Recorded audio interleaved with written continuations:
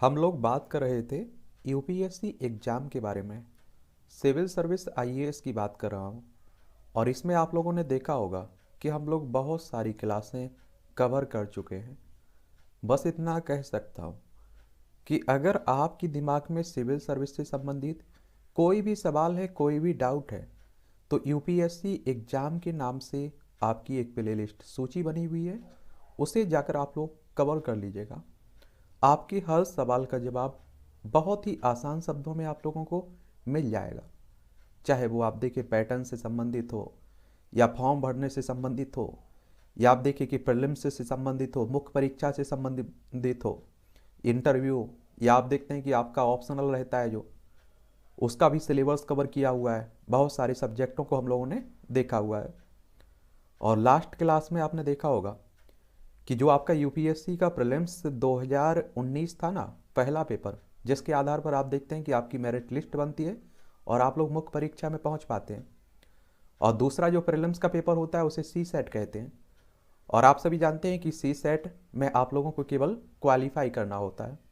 ठीक है, तो आज की इस क्लास में हम लोग 2020 का देखते हैं और पिछली में 2019 का देख चुके थे।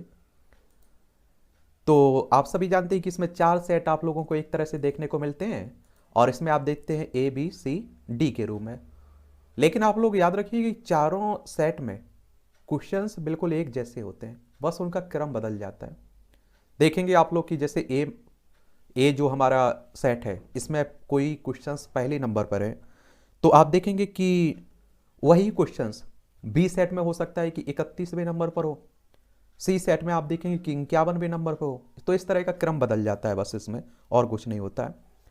आप सभी जानते हैं कि 2 घंटे का आपको समय मिलता है और 200 नंबर का रहता है, यानी कि प्रत्येक क्वेश्चन आपका 2 नंबर का रहता है। इसमें माइनस मार्किंग रहती है, बिल्कुल रहती है। और जब आप लोग गोला भरते हैं ना और गलत गोला भर देते हैं, तब आपको नेगेटिव मार्किंग देनी होगी, या कुछ यानी कि कुछ भुगतान करना होगा। अगर आप लोग खाली छोड़ देते हैं, कोई क्वेश्चन से नहीं आ रहा है, उसका आंसर नहीं लगाते हैं आप, तो आपको कुछ नहीं देना पड़ेगा, ना तो उसका नंबर मिलेगा, ना ही उसका कुछ देना पड़ेगा आपको। ठीक है, और ये सामान्य अध्ययन पेपर फर्स्ट है। ये अनुदेश दिए गए, इन्हें भी आप लोग पढ़ लिया करिएगा। जब सामने आपके पेपर आता है तो आप लोग उन्हें पढ़ सकते हैं, हिंदी अंग्रेजी दोनों में छपा रहता है, तो जिसमें भी आपको सहूलियत है उसको देख सकते हैं, उस भाषा को। तो फिलहाल हम लोग पहला क्वेश्चन देखते हैं। आपके सामने पहला क्वेश्चन है। ये क्या कह रहा है? निम्नलिखित कथनों पर विचार कीजिए। और आप लोगों से हर बार बोल रहा हूं कि जो ये नीचे वाली लाइन रहती है ना, इसे आप लोग 1 से 2 बार पढ़ लिया करेगा, बड़े ध्यान से पढ़ा करिएगा, क्योंकि इस लाइन की वजह से आते हुए क्वेश्चंस भी हम लोग गलत कर बैठते हैं और बाद में पछताते हैं। जैसे आप देखिए 4 कथन दिए गए हैं, उपयुक्त कथनों में से कौन सा कथन सही है? इसमें सही है पूछ रहा है। अगर आप देखिए कह देता कि उपयुक्त कथनों में से कौन सा कथन सही नहीं है, अगर नहीं जुड़ जाता तो आप देखते इसका आंसर तुरंत बदल जाता। तो बड़े ध्यान से पढ़ा करिएगा, सही कथन आपको चुनना है। पहला कह रहा है कि आधार मेटा डेटा को 3 महीने से अधिक संग्रहित नहीं रखा जा सकता है। दूसरा कह रहा है कि राज्य निजी निगमों से आधार डेटा को साझा करने के लिए कोई अनुबंध नहीं कर सकता है। तीसरा कह रहा है कि आधार बीमा उत्पादों को प्राप्त करने के लिए अनिवार्य है। और 4 कह रहा है आधार भारत की संचित निधि से हित लाभ प्राप्त करने के लिए अनिवार्य है। तो बताइए इसमें क्या करोगे आप लोग, क्या होगा इसमें?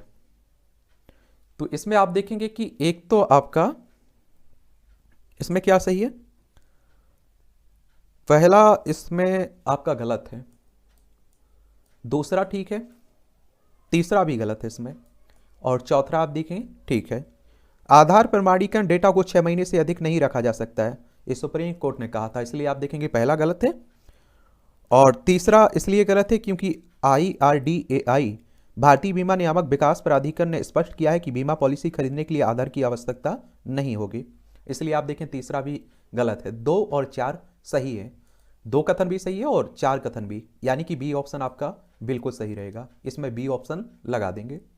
और वो MR सीट रहती है ना जो, उसे भी बड़े ध्यान से भरा करिएगा, क्योंकि एक बार गलती होने के बाद सुधारने का कोई मौका नहीं रहता उसमें।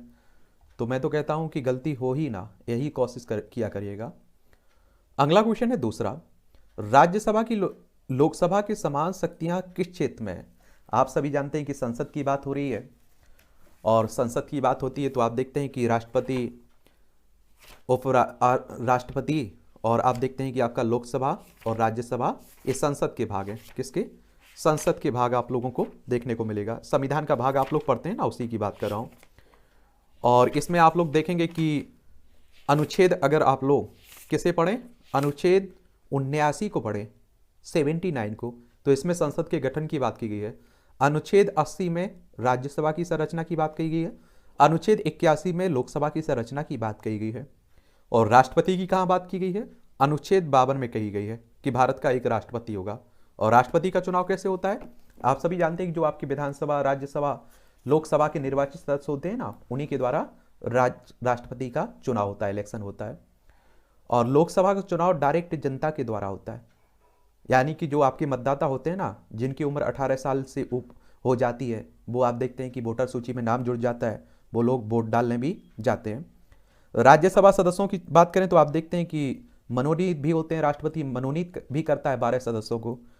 और आप देखेंगे आपके इनका चुनाव विधायकों के द्वारा होता है, राज्यसभा सदस्यों का। और ये सब चुनाव करवाता कौन है? तो इलेक्शन कमीशन ऑफ इंडिया। आप देखते हैं कि चुनाव आयोग, भारतीय निर्वाचन आयोग की बात कर रहा हूँ, एक संवैधानिक संस्था है। संविधान के अनुच्छेद 324 के तहत इसकी स्थापना की बात कही गई है।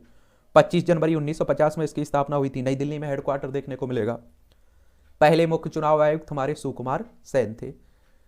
तो इसमें आप देखिए राज्यसभा की लोकसभा की समान शक्तियां किस क्षेत्र में है? नई अखिल भारतीय सेवाएं गठित करने के विषय में, संविधान में संशोधन करने के विषय में, सरकार को हटाने के विषय में, कटौती प्रस्ताव प्रस्तुत करने के विषय में। बहुत ही सरल क्वेश्चन है, और मुझे लगता है कि आप लोगों ने देखा होगा तो संविधान में संशोधन करने की दोनों के बराबर है। जब संविधान में संशोधन करना है ना, उसी की बात हो रही है। उतनी ही शक्ति आप देखिए लोकसभा के पास है, उतनी ही शक्ति राज्यसभा के पास है। तो इसमें वी ऑप्शन आप लोग लगा देंगे। अगला क्वेश्चन है तीसरा। ये कह रहा है कि संसद सदस्य स्थानीय क्षेत्र विकास योजना के अंतर्गत निधियों के संदर्भ में निम्नलिखित कथनों में से कौन सही है? यानी कि आपके सामने 4 कथन दिए गए हैं और इनमें से आप लोगों को सही चुनना है। तो एमपी लैंड्स निधियां टिकाऊ परिसंपत्तियां जैसी स्वास्थ्य, शिक्षा आदि की भौतिक आधारभूत संरचनाओं के निर्माण में भी प्रयुक्त हो सकती हैं।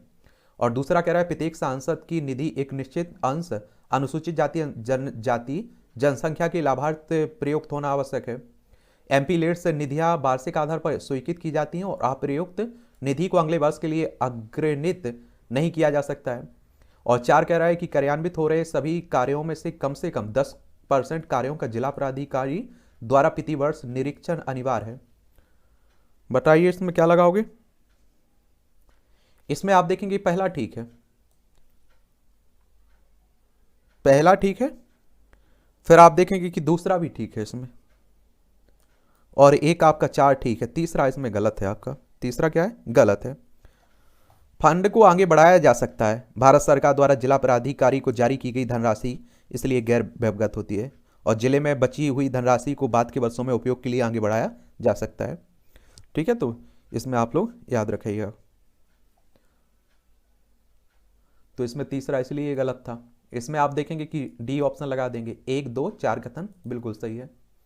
और जब कोई तैयारी करने के लिए सोचता है ना, वो पूछता है ना, तो मैं यही कहता हूँ कि पेपर आप लोग उठा के देख लिया करिएगा। अगर आपको समझ में आ रहा है तो आप बेझिझक तैयारी करिए।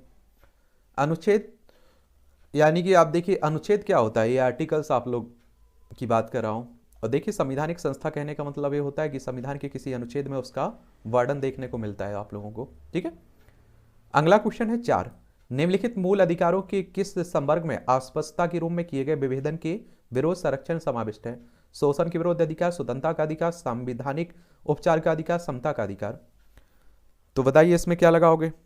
तो आप देखेंगे बिल्कुल सीधा सा सवाल है, समानता का अधिकार।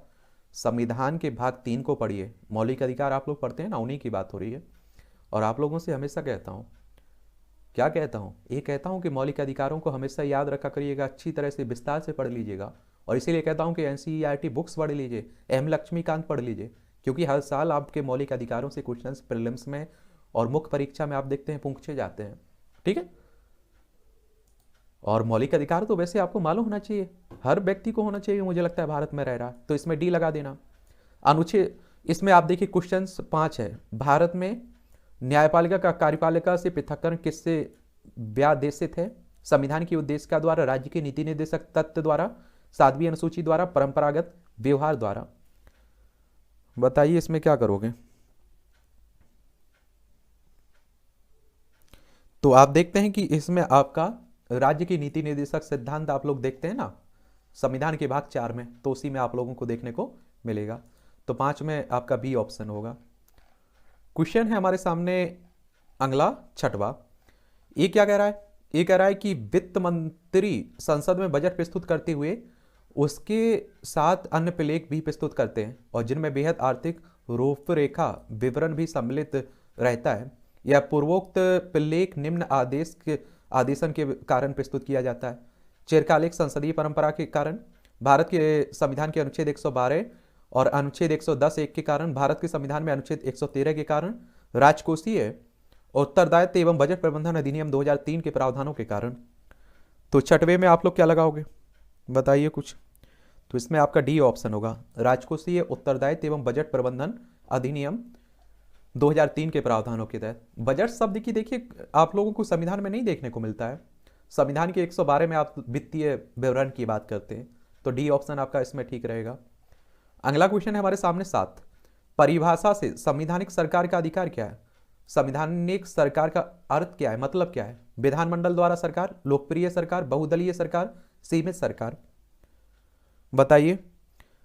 तो आप देखेंगे कि इसमें 7 में भी आपका डी होगा, सीमित सरकार। ठीक है। और 8 क्वेश्चंस क्या कह रहा है? मूल अधिकारों के अतिरिक्त भारत के संविधान का निम्नलिखित में से कौन से भाग मानव अधिकारी की सार्वभौम घोषणा 1948 के सिद्धांतों एवं प्रावधानों को प्रतिबिंबित करता है? उद्देशिका, राज्य के नीति निर्देशक तत्व, मूल कर्तव्य। संविधान के भाग 4 में का आपका जो जुड़ा हुआ है ना, उसमें मूल कर्तव्य आपको देखने को मिलते हैं। तो 8 में आपका क्या होगा?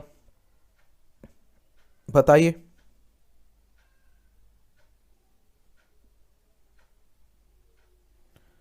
तो इसमें आप देखेंगे कि तीनों बिल्कुल सही है। UDHR से अनुच्छेद 3 प्रत्येक व्यक्ति को जीवन, स्वतंत्रता और व्यक्ति की सुरक्षा का अधिकार मिला हुआ है। ठीक है। चलिए, तो ये आप लोग याद रखा करिएगा। और आप देखेंगे अनुच्छेद 22 UDHR समाज के एक सदस्य के रूप में प्रत्येक व्यक्ति को सामाजिक सुरक्षा का अधिकार मिला हुआ है। अनुच्छेद 26 प्रत्येक व्यक्ति को शिक्षा का अधिकार मिला हुआ है। ये आपके मौलिक अधिकारों की बात नहीं हो रही है, UDHR के आर्टिकलों की बात हो रही है। अनुच्छेद 27 में आप देखेंगे प्रत्येक व्यक्ति को स्वतंत्र रूप से समुदाय के सांस्कृतिक जीवन में भाग लेने, कला का आनंद लेने और वैज्ञानिक प्रगति इसके लाभों को साझा करने का अधिकार मिला हुआ है। और universal declaration of human rights की बात कर रहा हूँ। ठीक है। और 10 दिसंबर 1948 में एक पब्लिक ड्राफ्ट बना था, ये आप लोग याद रखिए। 10 दिसंबर को आप लोग अंतर्राष्ट्रीय मानवाधिकार दिवस भी मनाते हैं, तो ये भी याद रखिएगा। तो इसमें आप देखेंगे 8 में आपका डी ऑप्शन होगा। तीनों बिल्कुल राइट है, यानी कि डी ऑप्शन आपका रहेगा। क्वेश्चन है हमारे सामने 9।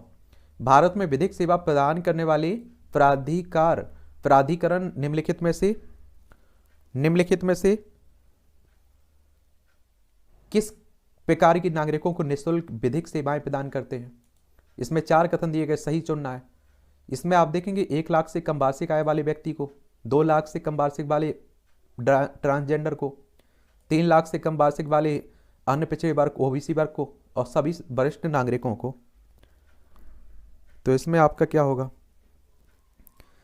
तो इसमें आप देखेंगे कि 9 में आपका एक तो पहला ठीक है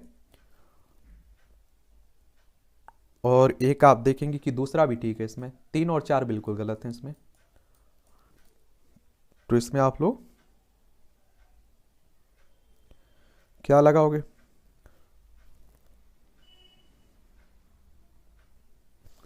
इसमें आप लोग लगाओगे क्या? ए ऑप्शन ठीक है। 1 और 2 कथन बिल्कुल सही है। अगला क्वेश्चन है हमारे सामने 10। ये कह रहा है कि निम्नलिखित युगों पर विचार कीजिए। अंतर्राष्ट्रीय समझौता संगठन, ये विषय, और इनमें से सही सम्मिलित है वही चुनना है आपको। अल्मा आटा घोषणा, लोगों के स्वास्थ्य की देखभाल। दूसरा कह रहा है कि हैक समझौता, ये जैविक एवं रासायनिक शस्त्र। और तीसरा कह रहा है तला नोवा संवाद, ये वैश्विक जलवायु परिवर्तन। और 4 कह रहा है कि अंडर 2 गठबंधन बाल अधिकार, ये किससे संबंधित है, कौन सा सही सम्मिलित है? ए कहने का मतलब इनका ए है, बताइए इसमें। तो 10 में आप देखेंगे कि पहला बिल्कुल ठीक है, अल्मा आटा घोषणा, ये आप देखेंगे कि लोगों के स्वास्थ्य की देखभाल से संबंधित है। और आप देखेंगे कि तलानोवा संवाद वैश्विक जलवायु परिवर्तन से संबंधित है। दूसरा और चौथा आपका सही सम्मिलित नहीं है इसमें, ये आप लोग याद रखिएगा।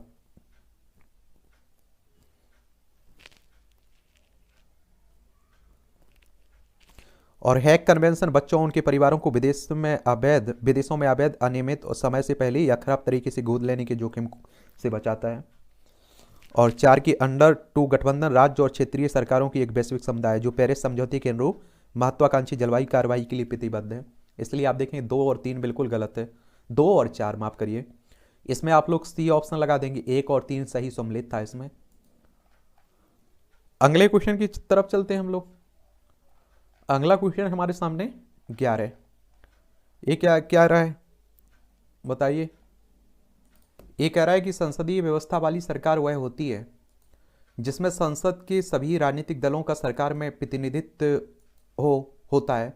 बी कह रहा है कि सरकार संसद के प्रति उत्तरदायी होता है और उसके द्वारा हटाई जा सकती है। और तीसरा कह रहा है कि सरकार लोगों के द्वारा निर्वाचित होती है और उनके द्वारा हटाई जा सकती है। और डी कह रहा है सरकार संसद के द्वारा चुनी जाती है किंतु निर्धारित समयावधि के पूर्ण होने के पूर्व हटाई नहीं जा सकती है।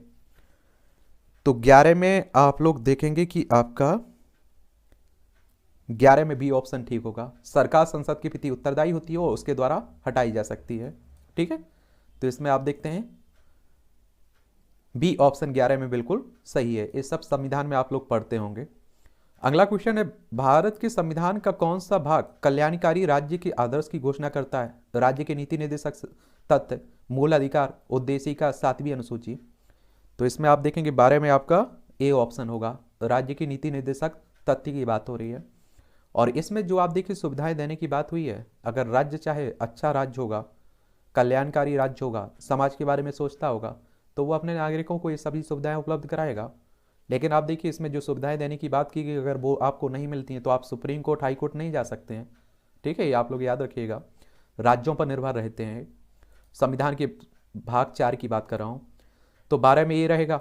अगला क्वेश्चन हमारे सामने 13 है, निम्नलिखित कथनों पर विचार कीजिए। सही कथन चुनना है इन दोनों में से। भारत का संविधान अपने मूल ढांचे को संघवाद, पंथनिरपेक्षता, मूल अधिकारों तथा लोकतंत्र के रूप में परिभाषित करता है। दूसरा कह रहा है कि भारत का संविधान नागरिकों की स्वतंत्रता तथा उन आदर्शों जिन पर संविधान आधारित है की सुरक्षा हेतु न्यायिक पुनर्लोकन की व्यवस्था करता है। तो 13 में आप देखेंगे कि क्या होगा। 13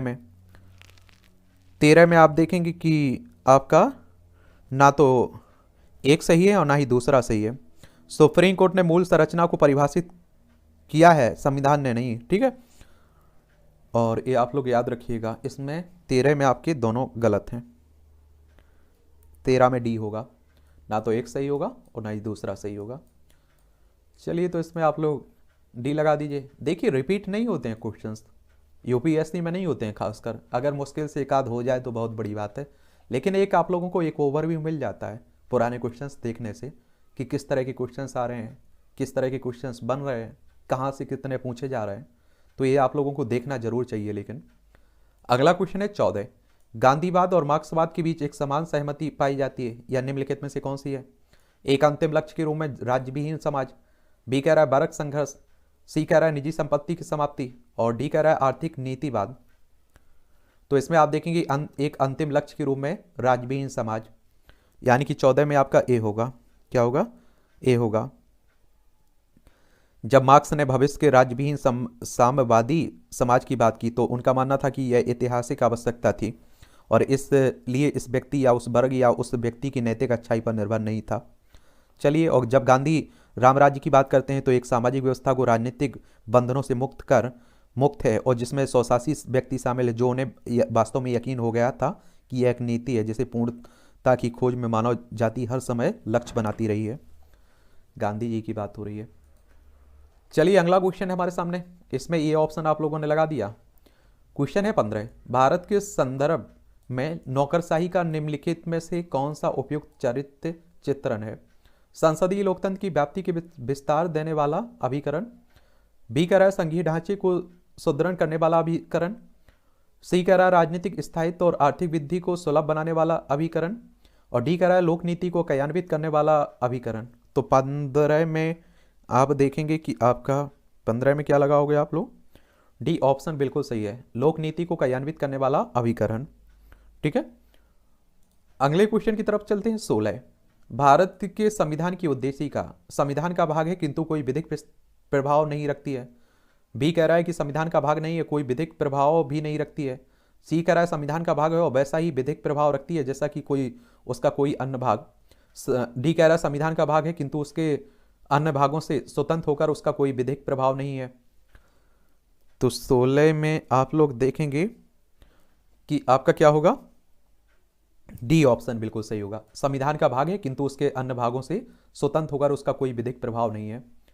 और इस संविधान में आप लोग पढ़ते होंगे, पहले एनसीईआरटी पढ़ लीजिए, उसके बाद आप लोग क्या पढ़िएगा? एम लक्ष्मीकांत पढ़ लीजिए, अच्छी बुक्स है, देखिए एम लक्ष्मीकांत। अगला क्वेश्चन है 17, स्वर ट्रांस रिजर्व ट्रांस निर्दिष्ट करता है विश्व बैंक की ऋण व्यवस्था को, केंद्रीय बैंक की किसी एक क्रिया को, WTO द्वारा इसके सदस्यों को प्रदत्त एक साख प्रणाली को, और डी कह रहा है IMF द्वारा इसके सदस्यों को प्रदत्त एक साख प्रणाली को। तो 17 में आप देखेंगे कि IMF द्वारा इसके सदस्यों को प्रदत्त एक साख प्रणाली को। 17 में आपका डी होगा। एक बात और आपको बता दूं यहाँ कि देखिए IMF हो या इस तरह की और भी अंतर्राष्ट्रीय संरचनाएं हो, आपके संगठन हो, उनके से हमेशा आपकी परीक्षाओं में क्वेश्चंस पूछे जाते हैं। वो जो रिपोर्ट इंडेक्स जारी करते हैं उन्हें भी याद रखा करिएगा। ठीक है, तो एक सामान्य जानकारी रखा करिएगा। इंटरनेशनल मॉनेटरी फंड की बात कर रहा हूँ और वॉशिंगटन DC USA में इसका हेडक्वार्टर देखने को मिलेगा आपको। 27 दिसंबर 1945 में इसकी स्थापना हुई थी और अंतर्राष्ट्रीय मौद्रिक सहयोग को बढ़ावा देना, अंतर्राष्ट्रीय व्यापार को सुगम बनाना, स्थायी आर्थिक विकास को बढ़ावा देना, भुगतान संतुलन की कठिनाइयों का सामना करने वाले सदस्यों को संसाधन उपलब्ध कराना, अंतर्राष्ट्रीय वित्तीय संकट से बचाव वसूली में सहायता करना, एक तरह से इसका मुख्य उद्देश्य है IMF को। ठीक है, तो ये आप लोग याद रखिएगा। चलिए, तो इसमें आप लोग देखेंगे अगला है डी होगा इसमें। ठीक है, अगला 18, भारत के संविधान के भाग किस में? 4 में अंतर्विष्ट प्रावधानों में के संदर्भ में निम्नलिखित कथनों में से कौन सा सही है? वे न्यायालय द्वारा परिवर्तनीय होंगे, वे किसी भी न्यायालय द्वारा परिवर्तनीय नहीं होंगे, इस भाग में अधिक कथित सिद्धांत राज्य के द्वारा कानून बनाने को प्रभावित करेंगे। 18 में आप लोग क्या करोगे? 18 में आपका देखेंगे आप लोग कि पहला गलत है क्योंकि ये न्यायालयों द्वारा परिवर्तनीय नहीं है, न्यायालय कुछ नहीं कर सकता है इनमें। दूसरा और तीसरा बिल्कुल ठीक है। ठीक है, नीति निर्देशक सिद्धांत की बात कर रहा हूं, तो इसमें आप देखेंगे डी ऑप्शन होगा। क्या? डी ऑप्शन होगा। आप लोगों से फिर से बोल रहा हूं कि आप देखिए मौलिक अधिकार हो, मौलिक कर्तव्य हो, नीति निर्देशक सिद्धांत हो, इन सब के बारे में पढ़िएगा जरूर आप लोग। ठीक है, अगला क्वेश्चन है 19, निम्नलिखित कथनों पर विचार कीजिए। 2 कथन दिए गए, इनमें से सही चुनना है।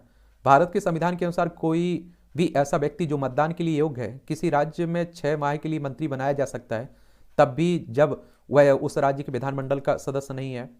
लोक प्रतिनिधि अधिनियम 1951 के अनुसार कोई भी ऐसा व्यक्ति जो दंडिक अपराध के अंतर्गत दोषी पाया जाता है और जिसे 5 वर्ष के लिए कारावास का दंड दिया गया है, चुनाव लड़ने के लिए स्थायी तौर पर निर्हत हो जाता है, भले ही वह कारावास से मुक्त हो चुका हो। तो 19 में आप लोग क्या करोगे? 19 में आप लोग क्या करोगे बताइए? 19 में आप देखेंगे ना तो एक सही है और ना ही दूसरा सही है। क्यों नहीं है? भारत के संविधान के अनुसार कोई भी ऐसा व्यक्ति जो मतदान के लिए योग्य है किसी राज्य में 6 माह के लिए मंत्री बनाया जा सकता है।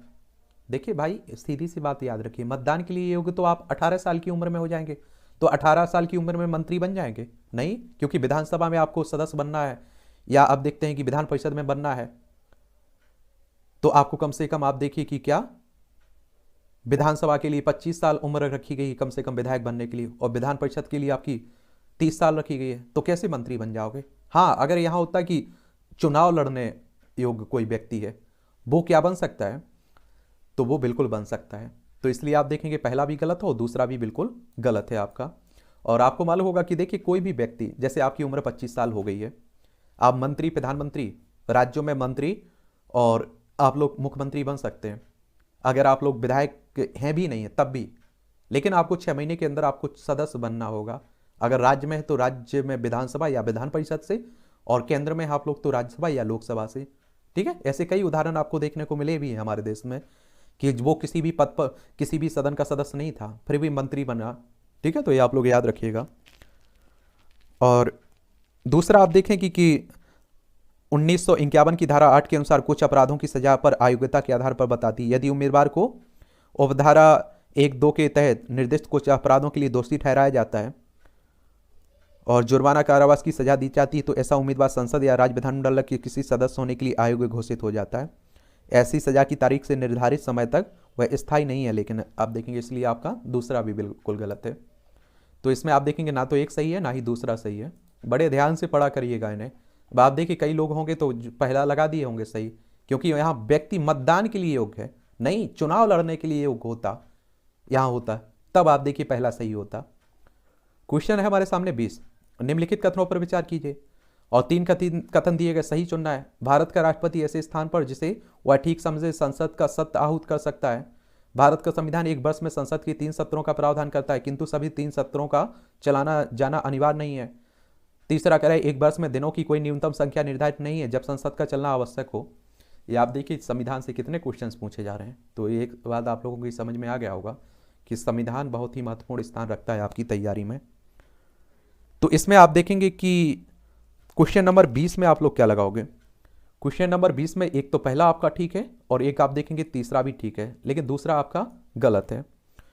दूसरा क्या है? गलत है, क्योंकि संविधान का अनुच्छेद 85(1) राष्ट्रपति को संसद के प्रत्येक सदन को ऐसे समय और स्थान पर बुलाने का अधिकार देता है जैसा कि वह उचित समझे, लेकिन एक सत्र में अंतिम बैठक और नियुक्ति तिथि के बीच 6 महीने की हस्तक्षेप ज्यादा टाइम नहीं होना चाहिए अगले सत्र में इसकी पहली बैठक के लिए। तो ये आप लोग याद रखिएगा। तो इसमें सी ऑप्शन होगा 20 में आपका। क्या होगा? 20 में सी होगा आपका। चलिए, तो ये भी आप लोग याद रखिएगा। अगला क्वेश्चन है हमारे सामने 21। अगला क्वेश्चन है आपके सामने 21। क्या कह रहा है? भारत के इतिहास के संदर्भ में निम्नलिखित युग्मों पर विचार कीजिए। और इसमें आप देखेंगे कि औरंग राजकोष का प्रभारी, वैनियान ईस्ट इंडिया कंपनी का भारतीय एजेंट, मिरासीदार ये राज्य नामित राजस्व दाता। इनमें से सही सम्मिलित आप लोगों को देखना है और ये इतिहास में आप लोग पढ़ते होंगे तो उन्हीं की बात हो रही है।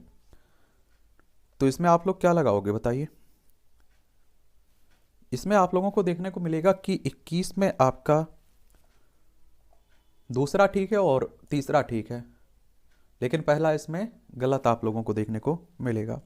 औरंग एक गोदाम के लिए फारसी शब्द है, एक ऐसा स्थान जहां बेचने से पहले सामान एकत्रित किया जाता है। ठीक है, तो इसलिए आप देखेंगे ए बिल्कुल एक कथन, एक सम्मिलित नहीं, यानी कि सही। आप लोग ये बचपन में स्कूल टाइम में होंगे, कॉलेज टाइम में होंगे, तो आप लोग सही जोड़ियां मिलाते थे ना, उसी तरह से आप लोग देखेंगे इसे। तो इसमें बी ऑप्शन आपका बिल्कुल रहेगा।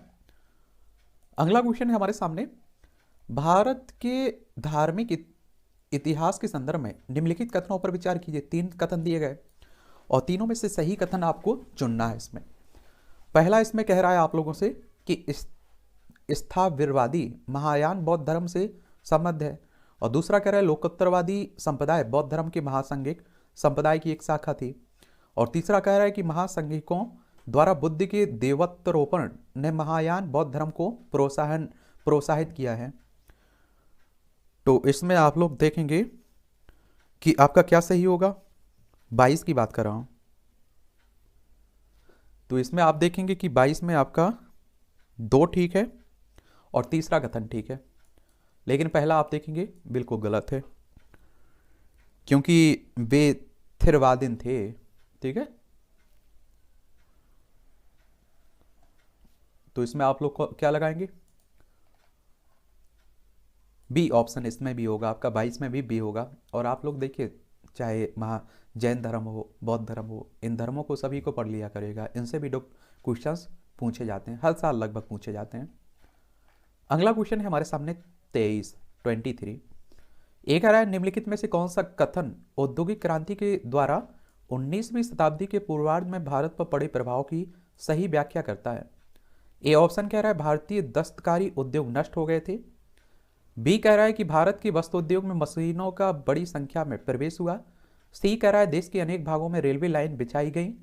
और डी कह रहा है ब्रिटिश उत्पादन की आयात पर भारी शुल्क लगाया गया था। तो 23 में आप देखेंगे आपका ए ऑप्शन बिल्कुल सही रहेगा। भारतीय दस्तकारी जो उद्योग थे ना वो नष्ट हो गए थे इससे, तो ये ऑप्शन होगा इसमें। अगला है 24। भारत के इतिहास में निम्नलिखित घटनाओं पर विचार कीजिए, इनका क्रम लगाना है। उपयुक्त घटनाओं का प्राचीन काल से आरंभ कर सही कालानुक्रम देखना है। राजा भोज के अधीन प्रतिहारों का उदय। दूसरा कह रहा है महेंद्र वर्मन फर्स्ट के अधीन पल्लव सत्ता की स्थापना। परांतक एक द्वारा चोल सत्ता की स्थापना। गोपाल द्वारा पाल राजवंश की स्थापना। तो बताइए क्रम से लगाना है आप लोगों को 24 में।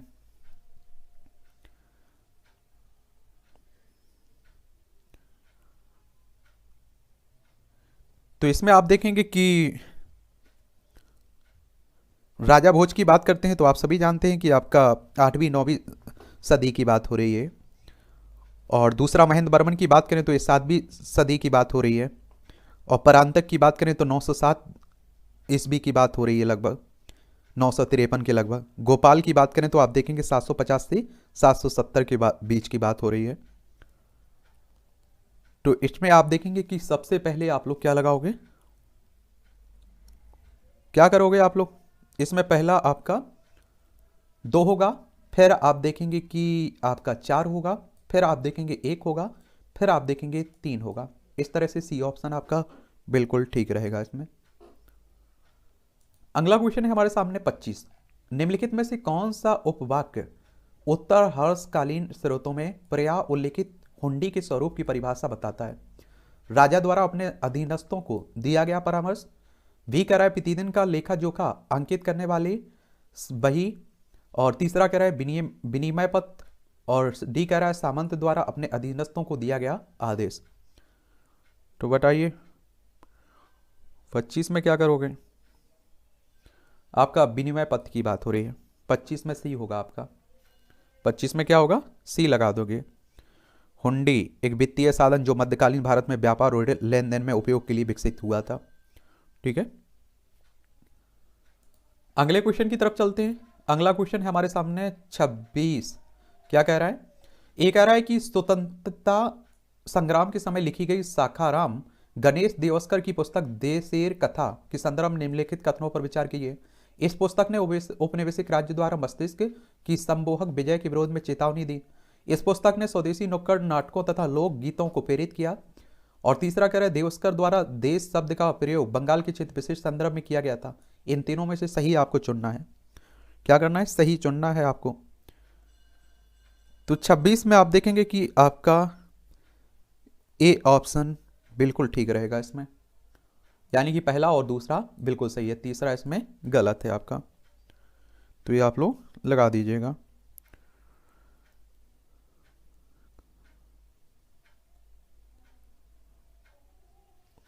तो इसमें आपका ए ऑप्शन ठीक रहेगा, 26 में आपका ए। क्वेश्चन है हमारे सामने 27 अगला।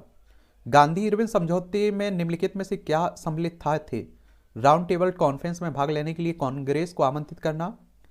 दूसरा कह रहा है असहयोग आंदोलन के संबंध में जारी किए गए अध्यादेशों को वापस लेना। तीसरा कह रहा है पुलिस की ज्यादतियों की जांच करने हेतु गांधी जी के सुझाव की स्वीकृति।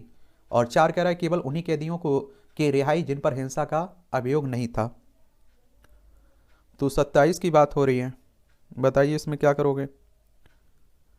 तो इसमें आप देखेंगे कि आपका पहला ठीक है, दूसरा ठीक है, और इसमें आप देखेंगे 4 ठीक है, लेकिन तीसरा गलत है इसमें।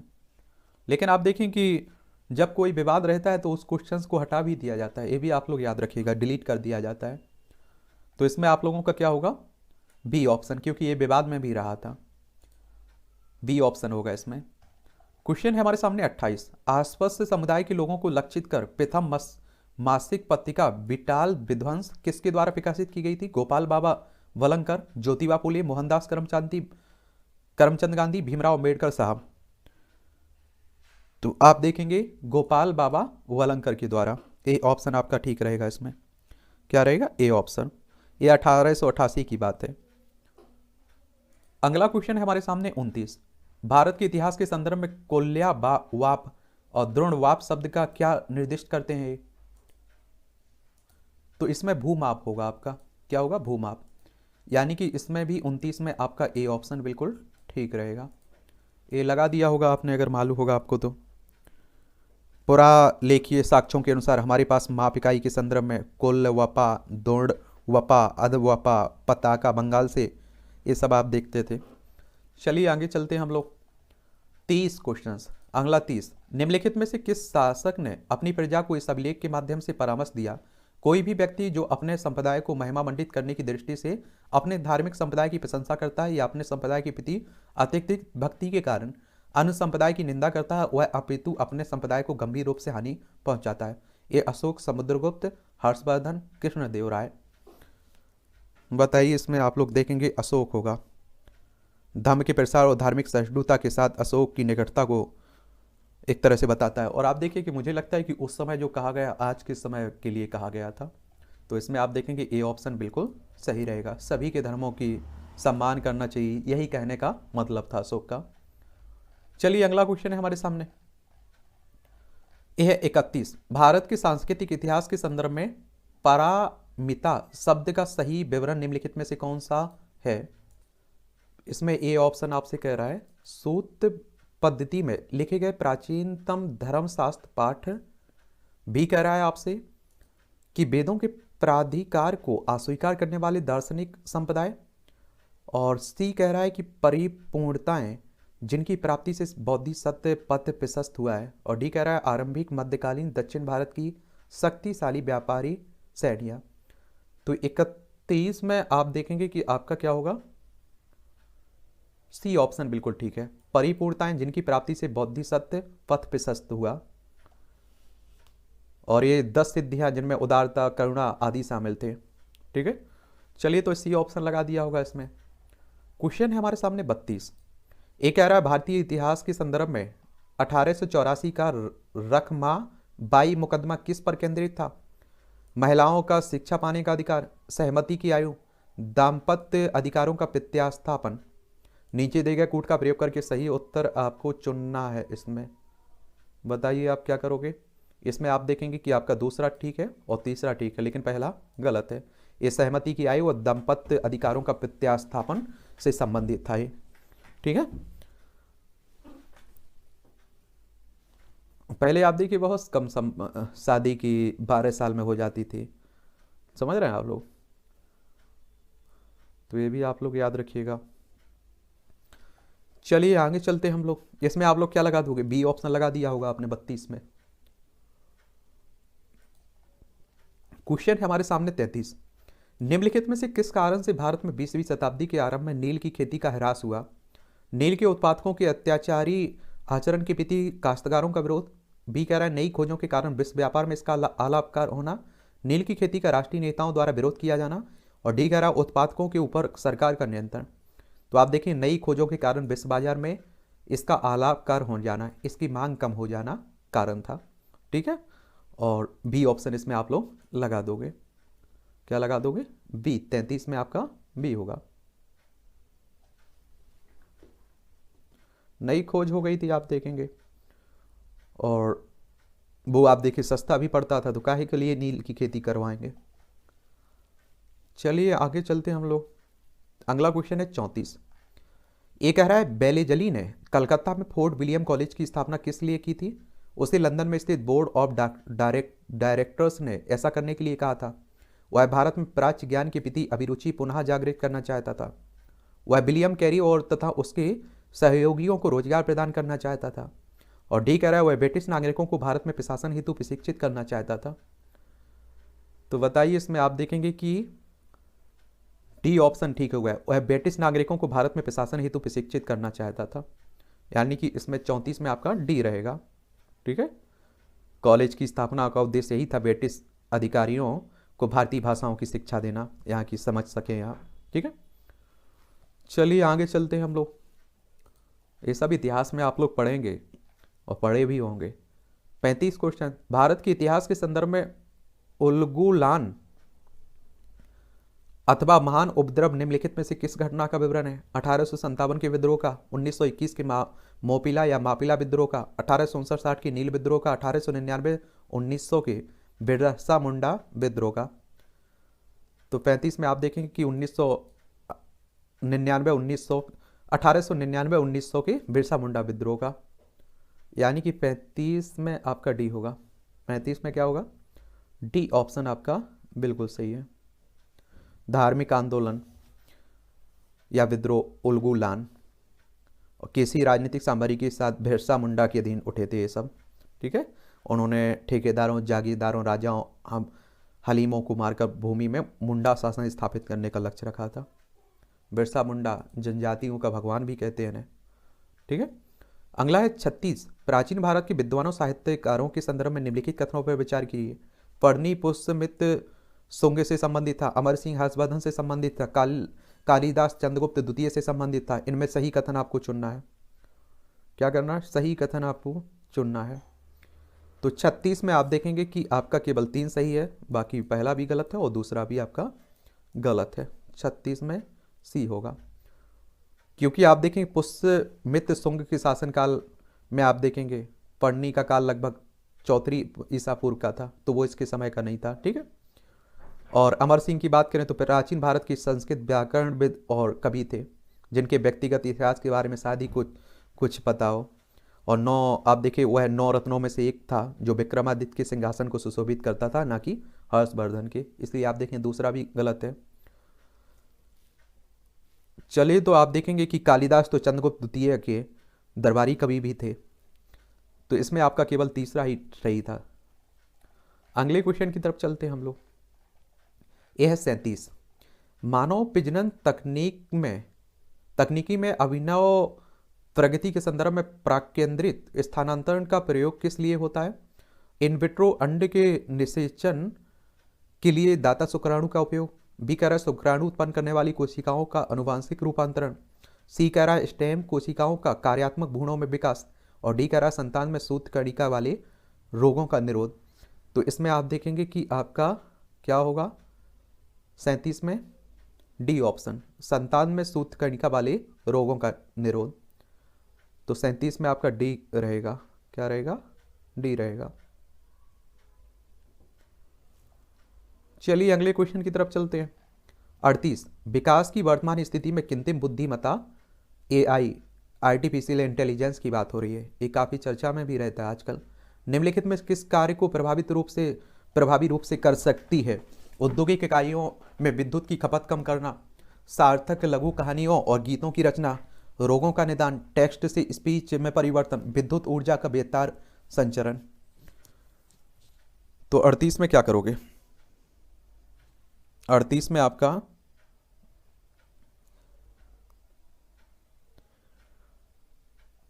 एक ठीक होगा, इसमें 3 ठीक होगा, और आप देखेंगे 4 ठीक होगा। 1 3 4।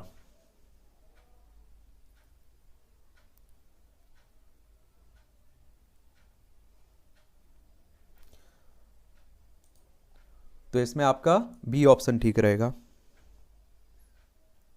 चलिए, तो ये भी याद रखिएगा। अगले क्वेश्चन की तरफ चलते हैं। ये है क्वेश्चन 39, दृश्य प्रकाश संचार तकनीक के संदर्भ में निम्नलिखित में से कौन सा कथन सही है? VLC 375 से 780 nm वाली विद्युत चुंबकीय स्पेक्ट्रम में तरंग दैर्ध्यों का उपयोग करती है। दूसरा कह रहा है VLC को दीर्घ प्रकाशी बेतार संचार के रूप में जाना जाता है। और तीसरा कह रहा है VLC ब्लूटूथ की तुलना में डेटा की विशाल मात्रा को अधिक तेजी से प्रेषित कर सकता है। और चौथा कह रहा है VLC में विद्युत चुंबकीय वितीकरण नहीं होता है। नीचे दिए गए कूट का प्रयोग करके सही उत्तर आपको चुनना है। तो बताइए इसमें क्या चुनोगे? 39 में क्या करोगे? 39 में एक तो आप देखेंगे पहला ठीक है, इसमें एक आप देखेंगे तीसरा ठीक है और चौथा ठीक है, दूसरा आपका बिल्कुल गलत है। इसमें दूसरा क्या है? बिल्कुल गलत है। विजिबल लाइट कम्युनिकेशंस की बात हो रही है, एक डाटा संचार संस्करण है, यह कम दूरी का संचार है। चलिए, तो इसमें आप लोग 1 3 4 यानी कि सी ऑप्शन आपका बिल्कुल ठीक रहेगा। चलिए अगले क्वेश्चन की तरफ चलते हैं। अगला क्वेश्चन है हमारे सामने 40। ब्लॉक चेक तकनीक के संदर्भ में निम्नलिखित कथनों पर विचार कीजिए और इन 3 कथनों में से सही कथन चुनना है।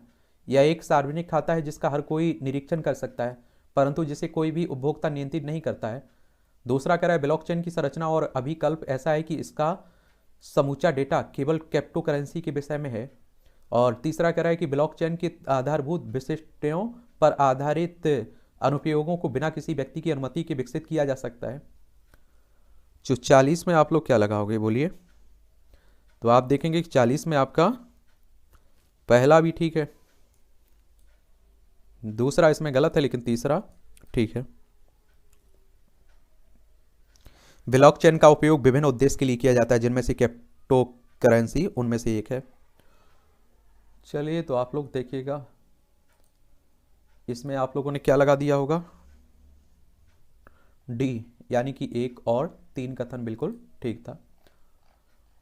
अगला क्वेश्चन है हमारे सामने, यह है 41। कार्बन नैनो ट्यूब के संदर्भ में निम्नलिखित कथनों पर विचार करिए। कार्बन नैनो ट्यूब की बात हो रही है। इसमें आप देखेंगे कि पहला ऑप्शन कह रहा है कि इनको मानव शरीर में औषधियों और पितिजनों के वाहकों के रूप में प्रयुक्त किया जा सकता है। दूसरा कह रहा है इनको मानव शरीर के क्षतिग्रस्त भाग के लिए कृत्रिम रक्त केशिकाओं के रूप में बनाया जा सकता है। और तीसरा कह रहा है इसका जैव रासायनिक संवेदकों में उपयोग किया जा सकता है। और 4 कह रहा है कार्बन नैनो ट्यूब जैव निम्नीकरण होती है। तो इसमें आप देखेंगे कि चारों बिल्कुल ठीक है आपके। क्या है 41 में क्या होगा? चारों ठीक हैं या बताइए कुछ अगर आपको मालूम है। 41 में आप देखेंगे क्या होगा आपका। एक तो आप देखेंगे पहला ठीक है इसमें, लेकिन दूसरा आप देखेंगे गलत है, तीसरा ठीक है और चौथा ठीक है इसमें।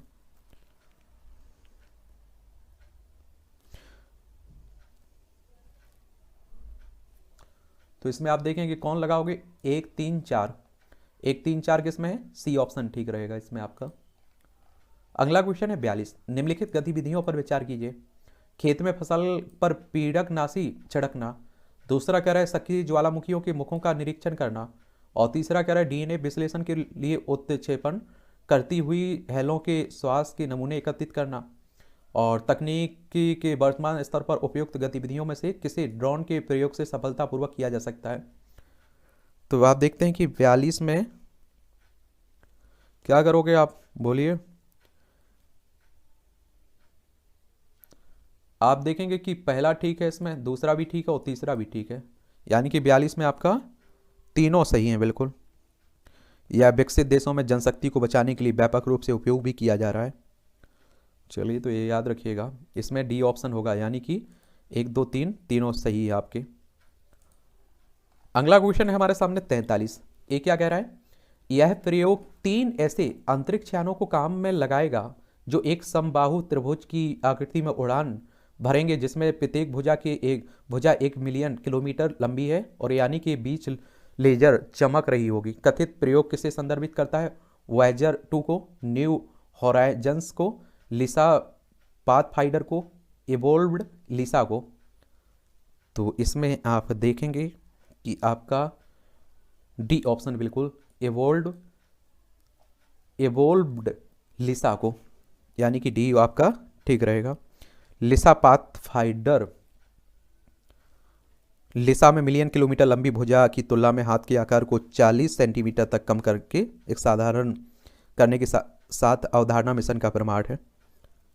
चलिए आप लोग लिसा अवधारणा 3 अंतरिक्षयान का एक समबाहु त्रिभुज भी है। चलिए छोड़िए आप लोग, इसमें डी ऑप्शन आप लोग 43 में लगा देंगे, ठीक है। 44। निम्नलिखित कथनों पर विचार कीजिए। 3 कथन दिए गए, सही कथन चुनना है। भावी माता पिता के अंड या शुक्राणु उत्पन्न करने वाली कोशिकाओं में आनुवंशिक परिवर्तन किए जा सकते हैं। दूसरा कह रहा है व्यक्ति के जीनोम जन्म से पूर्व प्रारंभिक भ्रूणीय अवस्था में संपादित किया जा सकता है। और 3 कह रहा है कि मानव प्रेरित बहुसक्त स्टेम कोशिकाओं को एक शुक्र के भ्रूण में अंतर्वेशित किया जा सकता है। तो इसमें आप देखेंगे क्या लगाओगे। 44 में क्या करोगे? 44 में तीनों आपके बिल्कुल ठीक हैं। क्या है? तीनों बिल्कुल ठीक हैं आपके। चलिए तो ये आप लोग डी ऑप्शन लगा देना इसमें।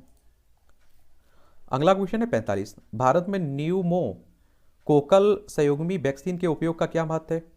ये वैक्सीन न्यूमोनिया और साथ ही तनिका शोध और सेप्सिस के विरुद्ध प्रभावी भी है। उन प्रतिजैविकियों पर निर्भरता कम की जा सकती है जो औसत प्रतिरोधी जीवाणुओं के विरुद्ध प्रभावी नहीं है। और तीसरा कह रहा है इन वैक्सीन के कोई गौण प्रभाव नहीं है और ना ही ये वैक्सीन कोई प्रतियोगिता संबंधी अभिक्रियाएं करती है। तो 45 में आप लोगों का क्या रहेगा बताइए कुछ। 45 में आप देखेंगे कि आपका पहला ठीक है, दूसरा ठीक है, लेकिन तीसरा आप देखेंगे बिल्कुल गलत है इसमें। तीसरा बिल्कुल गलत है इसमें। न्यूमोकोकल पॉलीसैकेराइड वैक्सीन के हल्के दुष्प्रभाव वयस्कों और 2 वर्ष से अधिक उम्र के बच्चों के दिए जाने पर वाले न्यूमोकोकल वैक्सीन के संस्करण में शामिल हैं। 1 से 3 दिन तक इंजेक्शन की जगह पर हल्का दर्द भी होता है, थोड़ा बड़ा तापमान बढ़ जाता है। चलिए आप दुष्प्रभाव भी देखने को मिलते हैं, यानी कि बी ऑप्शन आप बिल्कुल देखेंगे। अगला क्वेश्चन है हमारे सामने 46। एक कह रहा है भारत में पब्लिक की इंफ्रास्ट्रक्चर पदबंध किसके प्रसंग में प्रयुक्त किया जाता है? डिजिटल सुरक्षा आधारभूत संरचना, बी कह रहा है खाद्य सुरक्षा आधारभूत संरचना, सी कह रहा है स्वास्थ्य देखभाल और शिक्षा आधारभूत संरचना और डी कह रहा है दूरसंचार परिवहन आधारभूत संरचना। तो इसमें आप देखेंगे कि आपका 46 में आपका क्या होगा? ए ऑप्शन डिजिटल सुरक्षा आधारभूत संरचना। पब्लिक इंफ्रास्ट्रक्चर डिजिटल दुनिया में उपयोगकर्ता और उपकरण को प्रभावित करने के लिए एक तकनीक है। चलिए तो ये ऑप्शन इसमें लगा दिया हुआ आपने 46 में। क्वेश्चन है हमारे सामने 47। एक कह रहा है कि निम्नलिखित कथनों में से कौन पादप और प्राणी कोशिकाओं के बीच समान अंतर के बारे में सही है? 3 कथन दिए गए। पादप कोशिकाओं में सेलुलोस कोशिकाएं भित्तियां होती हैं जबकि प्राणी कोशिकाओं में वे नहीं होती हैं। दूसरा कह रहा है पादप कोशिकाओं में प्लाज्मा झिल्ली नहीं होती है जबकि इसके विपरीत प्राणी कोशिकाओं में वे होती हैं। और तीसरा कह रहा है परिपक्व पादप कोशिकाओं में एक बेहद रसधानी होती है जबकि प्राणी कोशिकाओं में अनेक छोटी रसधानियां भी होती हैं। तो 47 में क्या रहेगा आपका? किसमें? 47 में। 47 में आप देखेंगे कि 47 ही तो है। 47 में आपका एक पहला ठीक है और तीसरा ठीक है, लेकिन आप देखेंगे दूसरा इसमें गलत है। कोशिकाएं एक जीवित जीव की मूल इकाई हैं जहां सभी जीवन प्रक्रियाएं संपन्न होती हैं। पशु कोशिकाएं, पादप कोशिकाएं एक नाभिक, साइटोप्लाज्म, माइटोकांड्रिया और एक कोशिका झिल्ली के समान घटकों को साझा भी करती हैं। चलिए ये आप लोग याद रखा करिएगा। 1 और 3 इसमें रहेगा ठीक, यानी कि सी ऑप्शन आपका बिल्कुल ठीक रहेगा। अगले क्वेश्चन की तरफ बढ़ते हैं। यह है 48 क्वेश्चन। निम्नलिखित में से कौन से कारक या कारण बेंजीन प्रदूषण उत्पन्न करते हैं? स्वचालित वाहन द्वारा निष्कासित पदार्थ, तंबाकू का धुआं, लकड़ी का जलना, रोगन किए गए लकड़ी के फर्नीचर का उपयोग, पॉलीयूरेथेन से निर्मित उत्पादों का उपयोग। तो 48 में आप लोग क्या करोगे? 48 में आप देखेंगे 48 में आपका क्या करोगे? पहला ठीक कह रहा है, दूसरा भी ठीक कह रहा है और तीसरा भी ठीक कह रहा है। 4, 5 नहीं, गलत है इसमें। तो 48 में ए ऑप्शन होगा आपका। क्या होगा? ए ऑप्शन बिल्कुल ठीक रहेगा।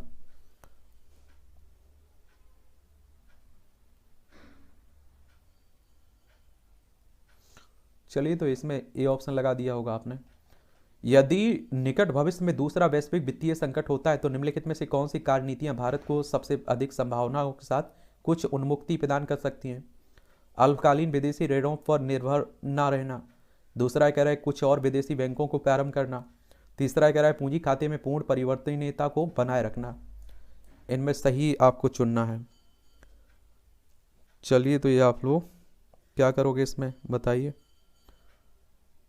तो इसमें आप देखेंगे 49 में पहला अल्पकालिक विदेशी ऋणों पर निर्भर ना रहना, एक ही ठीक है, 2 और 3 बिल्कुल गलत हैं, यानी कि बी क्या ए ऑप्शन आपका बिल्कुल सही रहेगा। और दूसरा यह देखेंगे कि विदेशी धन के लिए भारत के जोखिम को और बढ़ाएगा, वास्तव में वित्तीय संकट को बढ़ा सकता है। और तीसरा आप देखेंगे पूर्ण CAC का तात्पर्य चालू और पूंजी खाता लेन देन जैसे अल्पकालिक और दीर्घकालिक ऋण दोनों के लिए देश से बाहर मुद्रा की मुक्त आवाजाही से होता है। ठीक है, तो इसमें आप देखेंगे ए ऑप्शन आपका बिल्कुल ठीक है। अगला है आपका 50। यदि आप अपने बैंक के मांग जमा खाते से 1 लाख की कितना 1 लाख की नगद राशि निकालते हैं तो अर्थव्यवस्था में तात्कालिक रूप से मुद्रा की समग्र पूर्ति पर इसका क्या प्रभाव पड़ेगा। मुद्रा की समग्र पूर्ति में 1 लाख रुपए की कमी आएगी, मुद्रा की समग्र पूर्ति में 1 लाख की वृद्धि होगी, मुद्रा की समग्र पूर्ति में 1 लाख से अधिक की वृद्धि होगी, मुद्रा की समग्र पूर्ति अपरिवर्तित रहेगी। तो बताइए, इसमें आप देखेंगे अपरिवर्तित की बात हो रही, मुद्रा की समग्र पूर्ति अपरिवर्तित रहेगी क्योंकि मुद्रा आपूर्ति में जनता के पास नगद मुद्रा और मांग जमा दोनों शामिल होती हैं। डिमांड डिपॉजिट से कैश निकालना ही उसे पब्लिक के पास रखता है, इसलिए इसमें कोई बदलाव नहीं होगा। ठीक है, डी ऑप्शन होगा आपका। चलिए, तो ये भी याद रखिएगा। अगले क्वेश्चन की तरफ चलते हैं। अगला क्वेश्चन क्या कह रहा है, भारत में प्रत्यक्ष विदेशी निवेश के संदर्भ में निम्नलिखित में से कौन सा कथन सही है। बताइए, भारत में प्रत्यक्ष विदेशी निवेश के संदर्भ में निम्नलिखित में से उसकी प्रमुख विशेषता मानी जाती है, कौन सी मानी जाती है प्रमुख विशेषता।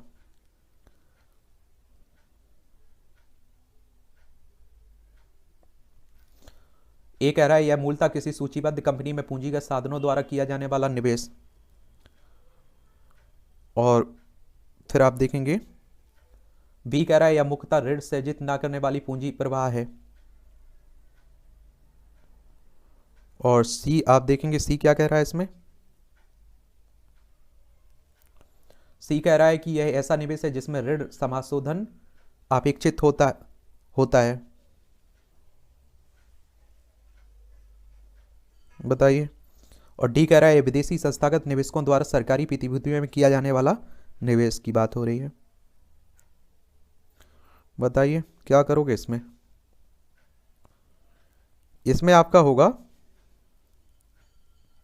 क्या होगा, बोलिए कुछ।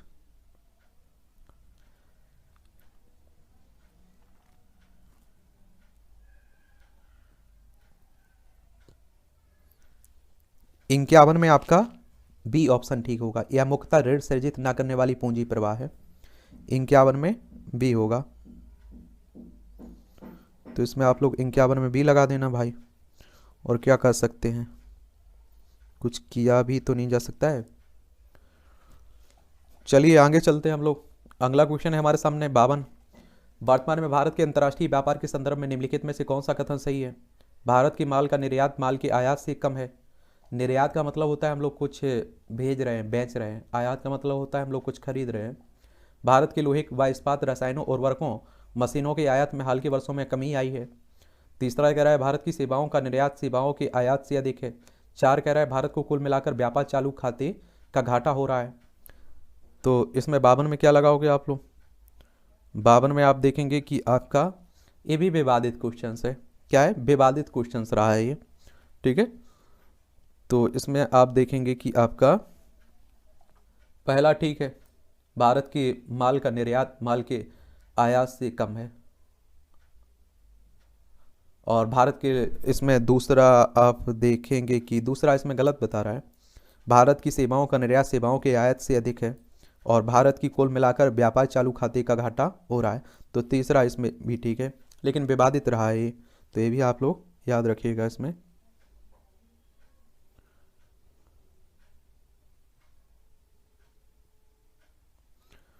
चलिए, तो इसमें आप लोग क्या लगाओगे, 1 3 4 लगा सकते हैं आप लोग इसमें, यानी कि 1 3 4 यानी कि डी ऑप्शन आप लोग लगा सकते हैं। क्या, डी ऑप्शन लगा सकते हैं। अगला है 53।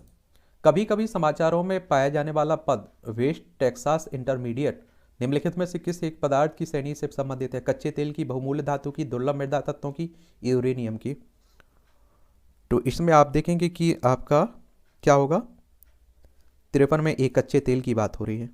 किसकी, कच्चे तेल की। अगला क्वेश्चन है हमारे सामने 54। ये क्या कह रहा है, भारतीय अर्थव्यवस्था में के संदर्भ में निम्नलिखित में से कौन से गैर वित्तीय ऋण से में सम्मिलित हैं। परिवारों का बकाया गृह ऋण। दूसरा कह रहा है क्रेडिट कार्डों पर बकाया राशि। तीसरा कह रहा है राजकोष बिल। नीचे दिए गए कूट का प्रयोग करके सही उत्तर चुनना है। तो इसमें आप देखेंगे कि 54 में क्या होगा आपका, तीनों बिल्कुल सही होंगे। क्या होंगे, तीनों बिल्कुल सही, यानी कि डी ऑप्शन आपका रहेगा इसमें। परिवार, व्यक्तिगत उपयोग, गैर वित्तीय निगम और सरकारी क्षेत्रों को ऋण गैर वित्तीय ऋण का हिस्सा होता है। अगला क्वेश्चन है 55।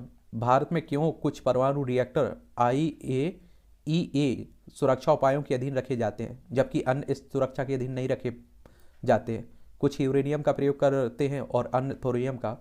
कुछ आयातित यूरेनियम का प्रयोग करते हैं, कुछ अन्य घरेलू आपूर्ति का। कुछ विदेशी उद्यमों द्वारा संचालित होते हैं और अन्य घरेलू उद्यमों का। और डी कह रहा है कुछ सरकारी स्वामित्व वाले होते हैं, अन्य निजी स्वामित्व वाले।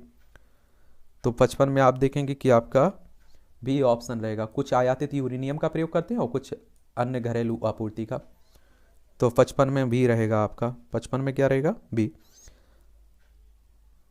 देखिए IAEA के बारे में बात करें तो इंटरनेशनल एटॉमिक एनर्जी एजेंसी की बात कर रहा हूं। 29 जुलाई 1957 में इसकी स्थापना हुई थी। ऑस्ट्रेलिया में इसका हेडक्वार्टर आपको देखने को मिल जाएगा।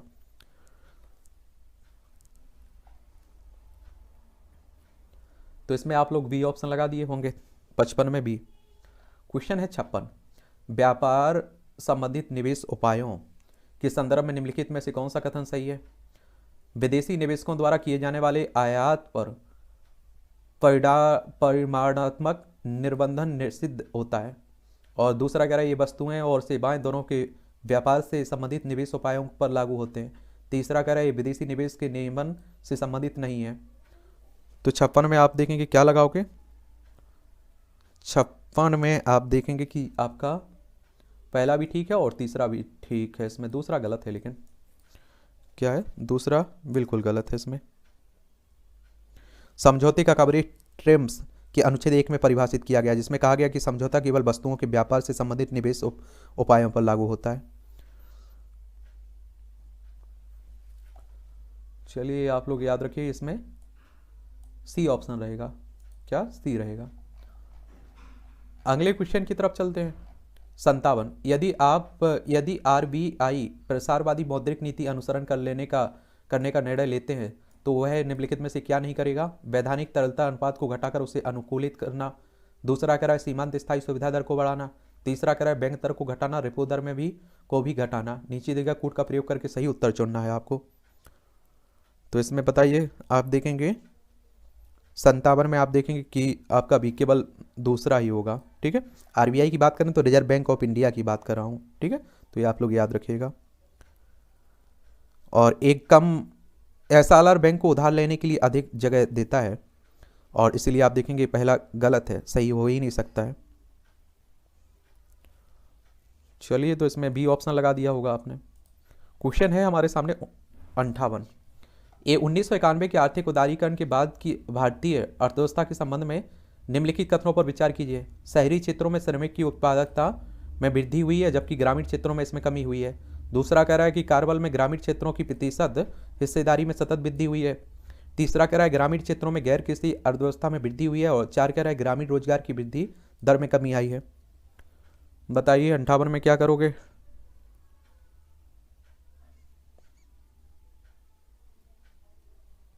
एक तो आप देखेंगे तीसरा बिल्कुल ठीक है और चौथा इसमें ठीक है। एक और दो दोनों गलत हैं। विकास दर में तेजी के बावजूद आप देखेंगे कि 2004-05 से 2011-12 के दौरान राष्ट्रीय NDP में ग्रामीण हिस्सेदारी थोड़ी कम हुई है। दूसरी ओर कुल कार्यबल में ग्रामीण हिस्सेदारी घटी हुई है। ठीक है, चलिए याद रखिएगा। इसमें आपका 3 और 4 बिल्कुल सही होगा, यानी कि बी ऑप्शन आपका ठीक रहेगा। अगला क्वेश्चन है हमारे सामने 59। एक आ रहा है निम्नलिखित कथनों पर विचार कीजिए। कृषि क्षेत्र को अल्पकालीन साख परिदान करने के संदर्भ में जिला केंद्रीय सहकारी बैंक अनुसूचित वाणिज्यिक बैंकों और क्षेत्रीय ग्रामीण बैंकों की तुलना में अधिक ऋण देते हैं। और DCCB का एक सबसे प्रमुख कार्य प्राथमिक कृषि साख समितियों को निधि उपलब्ध कराना है। दोनों में सही आप लोगों को चुनना है। बताइए इसमें क्या करोगे? तो इसमें आप देखेंगे कि आपका दूसरा ठीक है लेकिन पहला गलत है। इसमें 59 में बी, यानी कि बी ऑप्शन होगा आपका। अनुसूचित वाणिज्यिक बैंकों ने कृषि समृद्ध ऋण में प्रमुख हिस्सेदारी का योगदान की बात की है। 78 से 80% की बात की है। ठीक है, तो ये आप लोग याद रखिएगा। और सहकारी संस्थाएं भी कृषि ऋण देने में महत्वपूर्ण भूमिका निभाती हैं। चलिए, तो इसमें बी ऑप्शन लगा देना आप लोग। 60। भारत में किसी व्यक्ति को के साइबर बीमा कराने पर निधि की हानि की भरपाई तथा एवं अन्य लाभों के अतिरिक्त सामान्यतः निम्नलिखित में से कौन से लाभ दिए जाते हैं। यदि कोई मेलवेयर कंप्यूटर तक उसकी पहुंच बाधित कर देता है तो कंप्यूटर प्रणाली को पुनः प्रचालित करने में लगने वाली लागत, यदि यह प्रमाणित हो जाता है किसी शरारती तत्व द्वारा जानबूझकर कंप्यूटर को नुकसान पहुंचाया जाए तो नए कंप्यूटर की लागत। तीसरा कह रहे हैं यदि साइबर बलात् ग्रहण होता है तो इस हानि को न्यूनतम करने के लिए विशेषज्ञ परामर्शदाता की सेवाएं लेने पर लगने वाली लागत। और चार कह रहे हैं यदि कोई तीसरा पक्ष मुकदमा दायर करता है तो न्यायालय में बचाव करने में लगने वाली लागत। तो सही नीचे दिए गए कूट का प्रयोग करके सही उत्तर चुनना है आपको। बताइए इसमें क्या करोगे। इसमें आप देखेंगे कि 60 में क्या रहेगा आपका। ठीक, पहला ठीक है, इसमें तीसरा भी ठीक है और चौथा भी ठीक है, दूसरे को छोड़कर, क्योंकि आप देखिए सभी कवर हैं। और दूसरा तो बेतुका लग रहा है, एक अलग हार्डवेयर सामान बीमा पॉलिसी से कवर किया जाना चाहिए और साइबर बीमा केवल ई बर्बरता को कवर करता है। चलिए आप लोग याद रखिए इसमें आपका बी ऑप्शन होगा 1 3 4। तो इस तरह से आपका 60 भी हो गया। अगले क्वेश्चन की तरफ चलते हैं हम लोग। 61 क्वेश्चंस क्या कह रहा है आपसे कि भारत में निम्नलिखित में से किन्हें कृषि में सार्वजनिक निवेश माना जा सकता है। और इसमें आप देखेंगे कि पहला कथन कह रहा है कि सभी फसलों के कृषि उत्पादों के लिए न्यूनतम समर्थन मूल्य निर्धारित करना। दूसरा कह रहा है प्राथमिक कृषि साख समितियों का कंप्यूटरीकरण, सामाजिक पूंजी विकास, कृषकों को निःशुल्क बिजली की आपूर्ति, बैंकिंग प्रणाली द्वारा कृषि ऋण की माफी। छठवां कह रहा है सरकारों द्वारा शीतागार सुविधाओं को स्थापित करना। नीचे दिए गए कूट का प्रयोग करके सही उत्तर आपको चुनना है। तो 61 में आप लोग क्या करोगे। तो 61 में आप देखेंगे कि आपका एक तो आप देखेंगे पहला ठीक है, इसमें क्या 61 में आप देखेंगे, माफी चाहता हूं, 61 में आपका दूसरा ठीक है, तीसरा ठीक है और छठवां ठीक है। क्योंकि आप देखेंगे कि पहला और चौथा आप देखते हैं कि सब्सिडी है, जहां पांचवा आप देखते हैं कि एक रियायत या अप्रत्यक्ष समर्थन है, वे निवेश नहीं है। ठीक है, तो बाकी निवेश हैं आपका 2 और 3 और 6 जो दिए गए हैं, यानी कि प्राथमिक कृषि साख समितियों का कंप्यूटरीकरण, सामाजिक पूंजी विकास, सरकार द्वारा शीतागार सुविधाओं को स्थापित करना, ये आप देखिए कृषि में सार्वजनिक निवेश माना जा सकता है इसमें। तो इसमें आप लोग देखेंगे कि आपका 2 3 6 यानी कि सी ऑप्शन आपका बिल्कुल ठीक रहेगा। क्वेश्चन है 62, भारत में फर्म के ब्याज व्याप्ति अनुपात पद का क्या महत्व है। तो पहला कह रहा है इसमें कि यह उस फर्म जिसे बैंक ऋण देने जा रहा है कि वर्तमान जोखिम को समझने में मदद करता है। दूसरा कह रहा है यह उस फर्म जिसे बैंक ऋण देने जा रहा है कि आने वाले जोखिम के मूल्यांकन में मदद करता है। तीसरा कह रहा है उधार लेने वाली फर्म का ब्याज व्याप्ति अनुपात जितना अधिक होगा उसकी ऋण समाशोधन क्षमता उतनी ही खराब होगी। तो बताइए इसमें क्या रहेगा आपका 62 में। पहला ठीक कह रहा है, दूसरा ठीक कह रहा है, लेकिन तीसरा आप देखें गलत कह रहा है। तीसरा क्या है, गलत कह रहा है।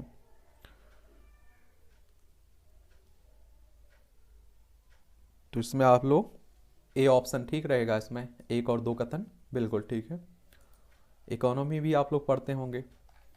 क्वेश्चन है अगला हमारे सामने 63, हाल के बीते दिनों में निम्नलिखित में से कौन से कारक, कौन सी नीतियां भारत में चावल के मूल्य को प्रभावित कर रही थी। न्यूनतम समर्थन मूल्य, सरकार द्वारा व्यापार करना, सरकार द्वारा भंडारण करना। 4 कह रहे हैं उपभोक्ता सहायकों। तो नीचे दिए गए कूट का प्रयोग करके सही उत्तर चुनना है आपको। 63 में आपके पूरे सही होंगे, पहला दूसरा तीसरा चौथा चारों ठीक है, यानी कि डी ऑप्शन होगा इसमें आपका। क्वेश्चन है हमारे सामने 64, निम्नलिखित कथनों पर विचार कीजिए। पिछले दशक में भारत श्रीलंका व्यापार के मूल्य में सतत वृद्धि हुई है। दूसरा कह रहा है भारत बांग्लादेश के बीच होने वाले व्यापार में कपड़े और कपड़े से बनी चीजें का व्यापार प्रमुख है। तीसरा कह रहा है पिछले 5 वर्षों में दक्षिण एशिया में भारत के व्यापार का सबसे बड़ा भागीदार नेपाल रहा है। इनमें से सही चुनना है आपको। तो 64 में आप देखेंगे कि आपका केवल दूसरा ही ठीक है, भारत और बांग्लादेश के बीच होने वाला व्यापार में कपड़े से बनी चीजों का व्यापार है प्रमुख है। पहला गलत है और तीसरा भी आप देखेंगे गलत है। 64 क्योंकि आप देखते हैं कि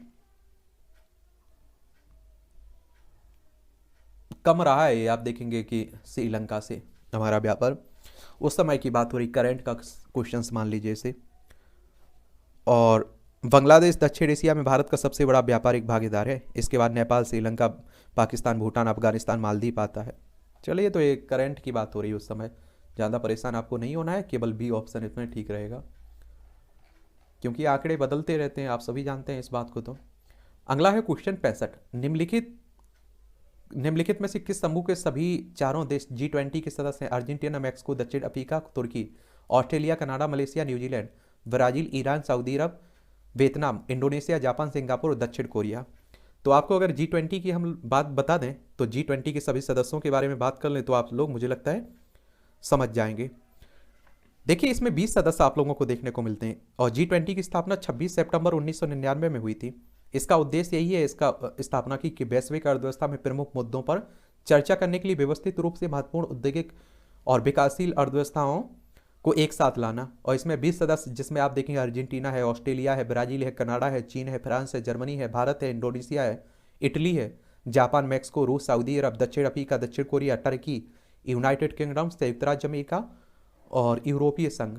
तो इस तरह से आप लोगों ने, मुझे लगता है कि 65 में सही लगा दिया होगा क्या, ए, अर्जेंटीना, मैक्सिको, दक्षिण अफ्रीका, तुर्की। तुर्की को आप तुर्की के नाम से जाने लगे हैं, तो ए ऑप्शन इसमें बिल्कुल ठीक रहेगा। क्वेश्चन है 66, किसान क्रेडिट कार्ड योजना के अंतर्गत निम्नलिखित में से किन किन उद्देश्य के लिए कृषकों को अल्पकालिक ऋण समर्थन उपलब्ध कराया जाता है? क्रेडिट कार्ड बन जाता है किसान क्रेडिट कार्ड, और उस पर लोन ले पाते हैं। आप देखिए, किसान साहूकारों के बिचौलिए से निकालने के लिए व्यवस्था की गई, लेकिन आप देखते हैं कि हमारे देश में इन योजनाओं का फायदा कम ही किसान उठा पाते हैं, क्योंकि जागरूकता का अभाव है एक तो, और बैंक बहुत चक्कर लगवाते हैं किसानों से। फार्म परिसंपत्तियों के रखरखाव हेतु कार्यशील पूंजी के लिए। दूसरा किराए कंबाइन कटाई मशीन, ट्रैक्टर और मिनी ट्रैक्टरों के किराए के लिए। और तीसरा कह रहा है फार्म परिवारों की उपभोग आवश्यकताओं के लिए। चौथा कह रहा है फसल कटाई के बाद खर्चों के लिए। और 5 कह रहा है कि परिवार के लिए घर निर्माण तथा गांव में शीतागार की सुविधा की स्थापना के लिए। नीचे दिए गए कूट का प्रयोग करके सही उत्तर चुनना है 66 में। 66 में क्या लगाओगे आप लोग, बताइए, कुछ लगाओगे या छोड़ दोगे?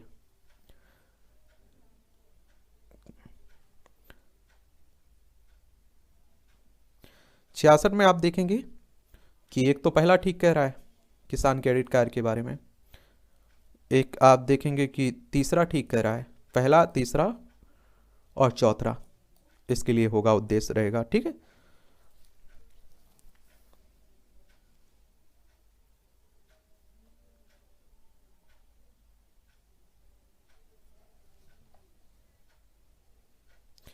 पांचवा तो आप देखते हैं कि ये केसीसी के अंतर्गत नहीं आता है,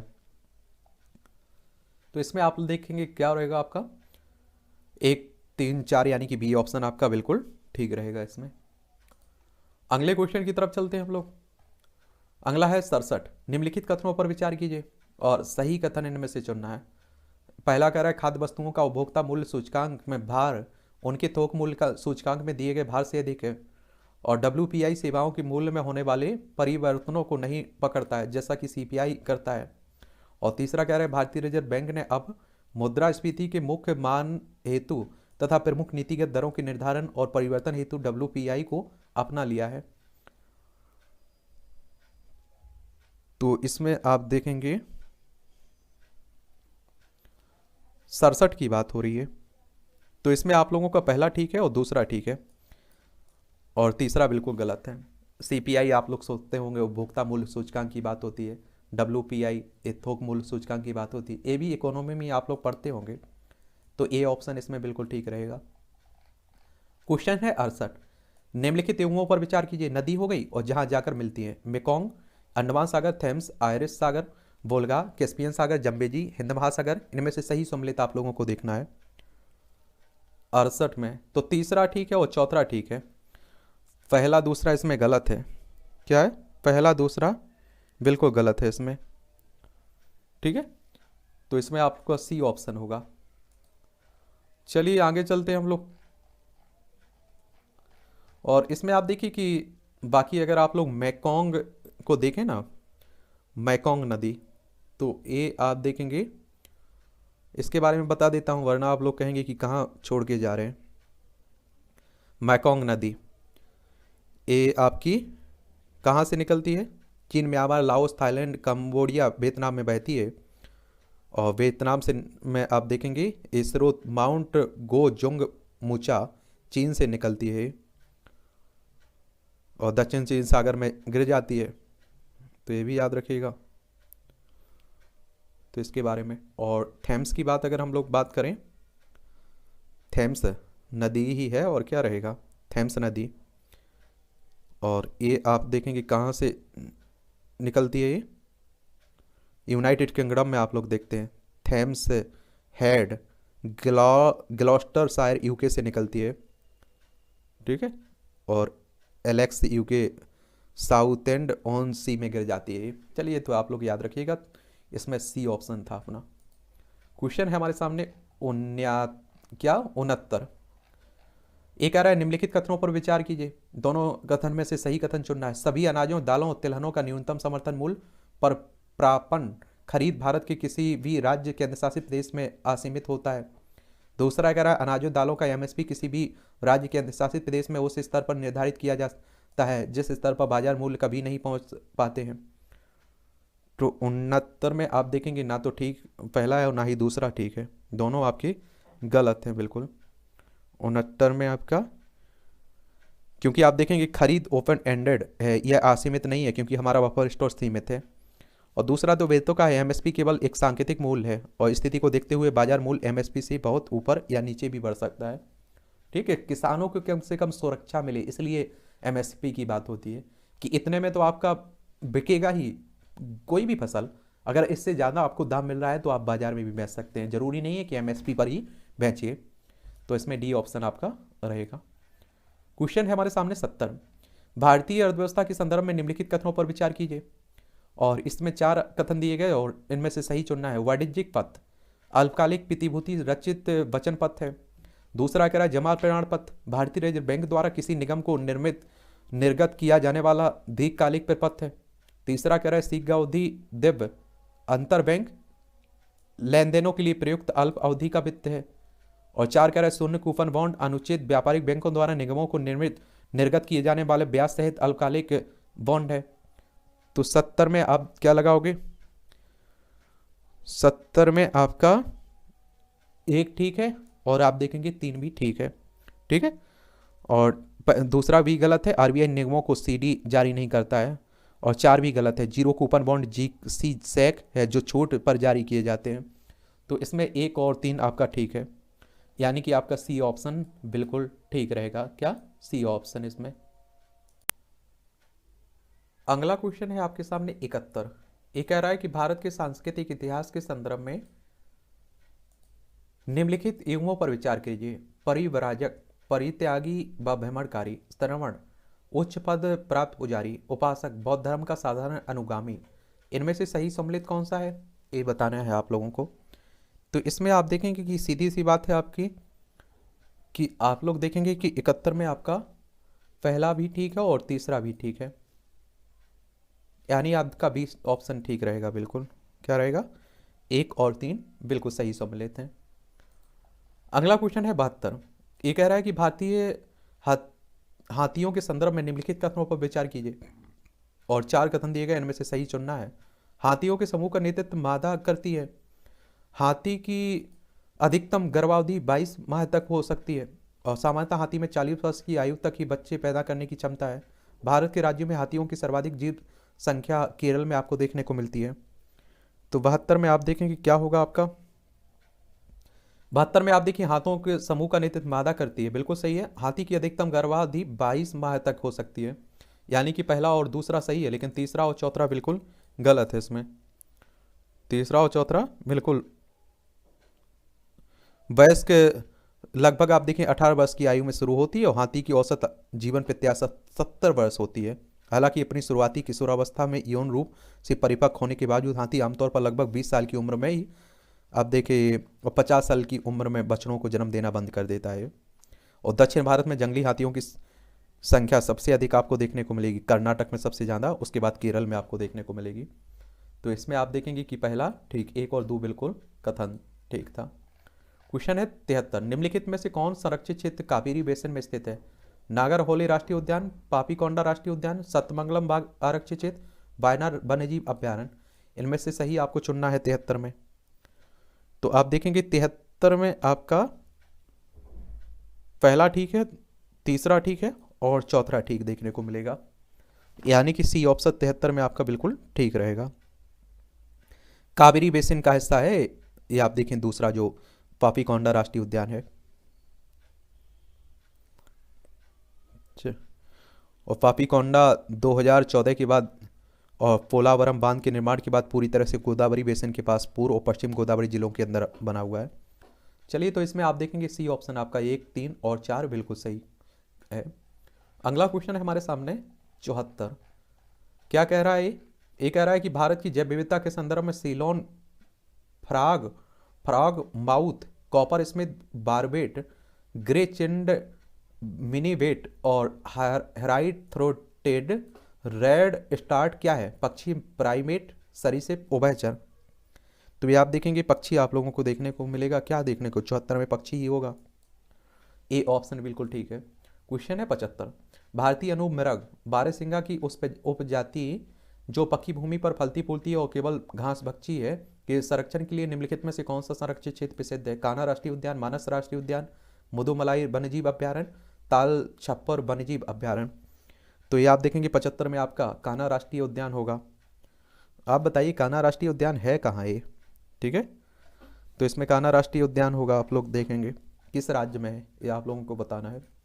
क्वेश्चन है 76, इस्पात स्लैग निम्नलिखित में से किसके लिए सामग्री हो सकता है? आधार सड़क के निर्माण के लिए, कृषि मृदा के सुधार के लिए, सीमेंट उत्पादन के लिए। तो 76 में अगर आप देखें तो तीनों के लिए बिल्कुल सही हो सकता है। 76 में आपका डी ऑप्शन होगा।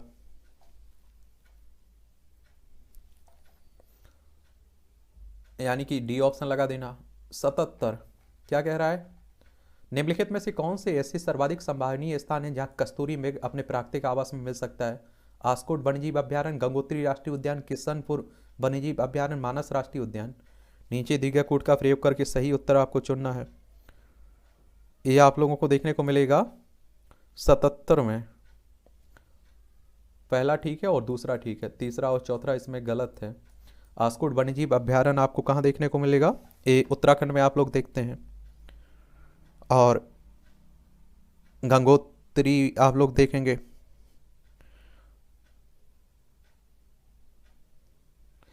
कस्तूरी में बड़े पैमाने पर हिमालयी उच्च ऊंचाई वाले बेल्ट में वितरित देखने को आपको मिलते हैं। ठीक है, तो इसलिए आप देखेंगे 3 और 4 तो बिल्कुल गलत है। तो ये आप लोग याद रखा करिएगा। गंगोत्री राष्ट्रीय उद्यान कहाँ है बताइए कुछ? ये भी आप लोगों को उत्तराखंड में ही देखने को मिलेगा। वो कहाँ है? किशनपुर वन्यजीव अभ्यारण्य कहाँ आप लोगों को देखने को मिलेगा? ये आप लोगों को उत्तर प्रदेश में देखने को मिल जाएगा। और एक और आपका क्या है? मानस राष्ट्रीय उद्यान कहाँ देखने को मिलेगा? तो ये आप लोगों को देखने को मिल जाएगा कहाँ? नेशनल पार्क है मानस, ये असम में देखने को मिलेगा। चलिए, तो ये आप लोग याद रखिएगा। इसमें आप लोगों ने एक और ए ऑप्शन बिल्कुल सही रहेगा। क्वेश्चन है हमारे सामने 78। ये कह रहा है कि ग्रामीण सड़क निर्माण में पर्यावरणीय दीर्घोपयोगिता को सुनिश्चित करने अथवा कार्बन पदचिह्न को घटाने के लिए निम्नलिखित में से किसके प्रयोग को अधिक प्राथमिकता दी जाती है? ताम स्लैग, सिग मिश्रित एस्फाल्ट प्रौद्योगिकी, जियो टेक्सटाइल्स, उष्ण मिश्रित एस्फाल्ट प्रौद्योगिकी, पोर्टलैंड सीमेंट। बताइए इसमें से क्या लगाओगे 78 में? ये आप देखेंगे कि पहला ठीक है, दूसरा ठीक है और तीसरा भी ठीक है। इसमें तीनों आपके बिल्कुल सही है और पांचवा गलत है। आप देखिए, क्योंकि पोर्टलैंड सीमेंट एक प्रमुख CO2 उत्सर्जक है। ठीक है, और S4 भी गलत, मतलब आप देखिए चौथा कथन भी गलत है। कच्चे तेल के उत्पाद डामर सीमेंट द्वारा एक साथ बांधा होता है। चलिए, आप लोग देखेंगे इसमें आपका 1, 2, 3 यानी कि ये ऑप्शन बिल्कुल ठीक रहेगा। 78 में ए, 78 में क्या होगा? ए। अगले क्वेश्चन की तरफ चलते हैं। 79 क्वेश्चन 79। एक आ रहा है, निम्नलिखित कथनों पर विचार कीजिए। 3 कथन दिए गए। कोयले की राख में आर्सेनिक, सीसा, पारद अंतर्विष्ट होते हैं।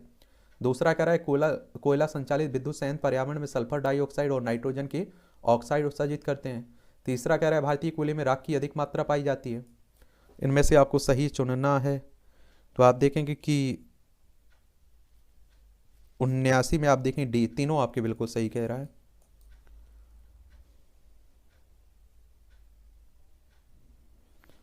तो इसमें तीनों आपके होंगे, यानी कि डी ऑप्शन लगा देंगे। अगला क्वेश्चन है हमारे सामने 80। खेती में बायोचार का क्या उपयोग है? बायोचार ऊर्ध्वाधर खेती में वृद्धि कर माध्यम के अंश के रूप में प्रयुक्त किया जा सकता है। दूसरा कह रहा है जब बायोचार वृद्धि कर माध्यम के अंश के रूप में प्रयुक्त किया जाता है तो वह नाइट्रोजन यौगिकीकारी सूक्ष्म जीवों की वृद्धि को बढ़ावा देता है। तीसरा कह रहा है जब बायोचार वृद्धि कर माध्यम के अंश के रूप में प्रयुक्त किया जाता है तब वह उस वृद्धि कर माध्यम की जल धारण क्षमता को अधिक लंबे समय तक बनाए रखने में सहायक होता है। तो 80 में आप देखेंगे क्या होगा आपका,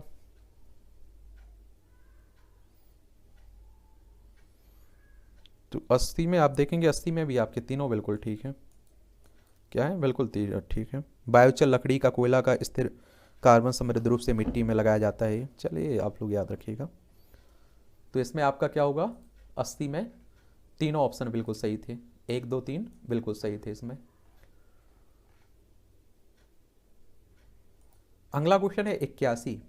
ये कह रहा है कि यदि किसी, क्या कह रहा है, ये कह रहा है यदि किसी पौधे की विशिष्ट जाति को वन्य जीव सुरक्षा अधिनियम 1972 की अनुसूची 6 में रखा गया है तो इसका क्या मतलब है? उस पौधे की खेती करने के लिए लाइसेंस की आवश्यकता होती है। बी कह रहा है ऐसे पौधे की खेती किसी भी परिस्थिति में नहीं हो सकती है। सी कह रहा है एक आनुवांशिकता रूपांतरित फसली पौधा है। और डी कह रहा है ऐसा पौधा आक्रामक होता है और पारितंत्र के लिए हानिकारक होता है। तो 81 में आप देखेंगे कि आपका ए ऑप्शन, उस पौधे की खेती के लिए लाइसेंस की आवश्यकता होती है, यानी कि ए ऑप्शन बिल्कुल ठीक रहेगा इसमें। लाइसेंस के बिना निर्दिष्ट आप देखें इसकी पौधे की खेती प्रतिबंधित भी है, तो ये आप लोग याद रखिएगा। ठीक है, चलिए आप लोग अगले क्वेश्चन की तरफ चलते हैं। 82 क्वेश्चन कौन सा है? 82 प्राचीन भारतीय गुप्त राजवंश के समय के संदर्भ में नगर, घंटासाला, कदूरा और चोल किस लिए विख्यात थे? विदेशी व्यापार करने वाले बंदरगाह, शक्तिशाली राज्यों की राजधानियां, उत्कृष्ट स्तर कला स्थापत्य से संबंधित स्थान, और डी कह रहा है बौद्ध धर्म के महत्वपूर्ण तीर्थ स्थल। तो इसमें आप देखेंगे कि आपके 82 में आप देखेंगे ए विदेशी व्यापार करने वाली बंदरगाह, ए ऑप्शन बिल्कुल ठीक है। 83 कृषि में शून्य जुताई के क्या लाभ हैं? पिछली फसल के अवशेषों को जलाए बिना गेहूं की बुआई संभव है। दूसरा कह रहा है चावल की नई पौध की नर्सरी बनाए बिना धान के बीजों को नम पौधा मृदा में सीधे रोपण संभव है। तीसरा कह रहा है मृदा में कार्बन पृथक्करण संभव है। इनमें से सही आपको चुनना है 83 में। तो तीनों हो सकते हैं, तीनों बिल्कुल ठीक रहेंगे इसमें। जुताई एक कृषि भूमि की तैयारी है जो यांत्रिक आंदोलन माध्यम से होती है, जिसमें खुदाई, सरगर्मी, पलटना आप लोग देखते हैं। जीरो टिलेज वह प्रक्रिया जिसमें फसल के बीज को पूर्व भूमि तैयार किए बिना ड्रिलर्स के माध्यम से बोया जाता है। ठीक है, उसी की बात हो रही है। चलिए, तो इसमें आप लोग देखेंगे कि तीनों, यानी कि डी ऑप्शन आपका बिल्कुल सही रहेगा। अगले क्वेश्चन की तरफ चलते हैं। हमारा 84 क्वेश्चन क्या कह रहा है? ये कह रहा है कि भारत की जैव ईंधन की राष्ट्रीय नीति के अनुसार जैव ईंधन के उत्पादन के लिए निम्नलिखित में से किसका उपयोग कच्चे माल के रूप में हो सकता है? कसावा, क्षतिग्रस्त गेहूं के दाने, मूंगफली के बीज, कुल्थी, सड़ा आलू, चुकंदर। बताइए क्या हो सकता है 84 में? आप देखेंगे कि 1 2 5 6 ये सब हो सकते हैं इसमें। ठीक है, तो ये आप लोग याद रखिएगा। और जैव ईंधन के रूप में ईंधन के निम्नलिखित श्रेणियों को शामिल किया जा सकता है: बायो एथेनॉल, बायोमास से उत्पादित एथेनॉल जैसे चीनी युक्त सामग्री जैसे गन्ना, चुकंदर, मीठा ज्वार, इन सब से। बायोडीजल, गैर खाद्य वनस्पतिक तेलों, एसिड तेल, खाना पकाने के तेल या पशु वसा जैव तेल से उत्पादित फैटी एसिड। चलिए, तो इसमें आप देखेंगे कि 1 2 6 5 6 1 2 5 6 यानी कि ए ऑप्शन आपका बिल्कुल ठीक रहेगा। क्या रहेगा? यानी कि 84 में आपका ए रहेगा। ठीक है, ए। अगला क्वेश्चन है हमारे सामने 85। निम्नलिखित में से कौन सा कथन कार्बन की सामाजिक मूल्य पद का सर्वोत्तम रूप से वर्णन करता है? आर्थिक मूल्य के रूप में या निम्नलिखित में से किसका माप है? ए कह रहा है प्रदत्त वर्ष में 1 टन CO2 के उत्सर्जन से होने वाली दीर्घकालिक क्षति। बी कह रहा है किसी देश की जीवाश्म ईंधनों की आवश्यकता जिन्हें जलाकर देश अपने नागरिकों को वस्तुओं और सेवाएं प्रदान करता है। सी कह रहा है किसी जलवायु शरणार्थी द्वारा किसी नए स्थान के प्रति अनुकूलित होने हेतु किए गए प्रयास। डी कह रहा है पृथ्वी ग्रह पर किसी व्यक्ति विशेष द्वारा अंशदत्त कार्बन पद चिन्ह। तो आप देखेंगे कि इसमें 85 में आपका ये बिल्कुल ठीक रहेगा।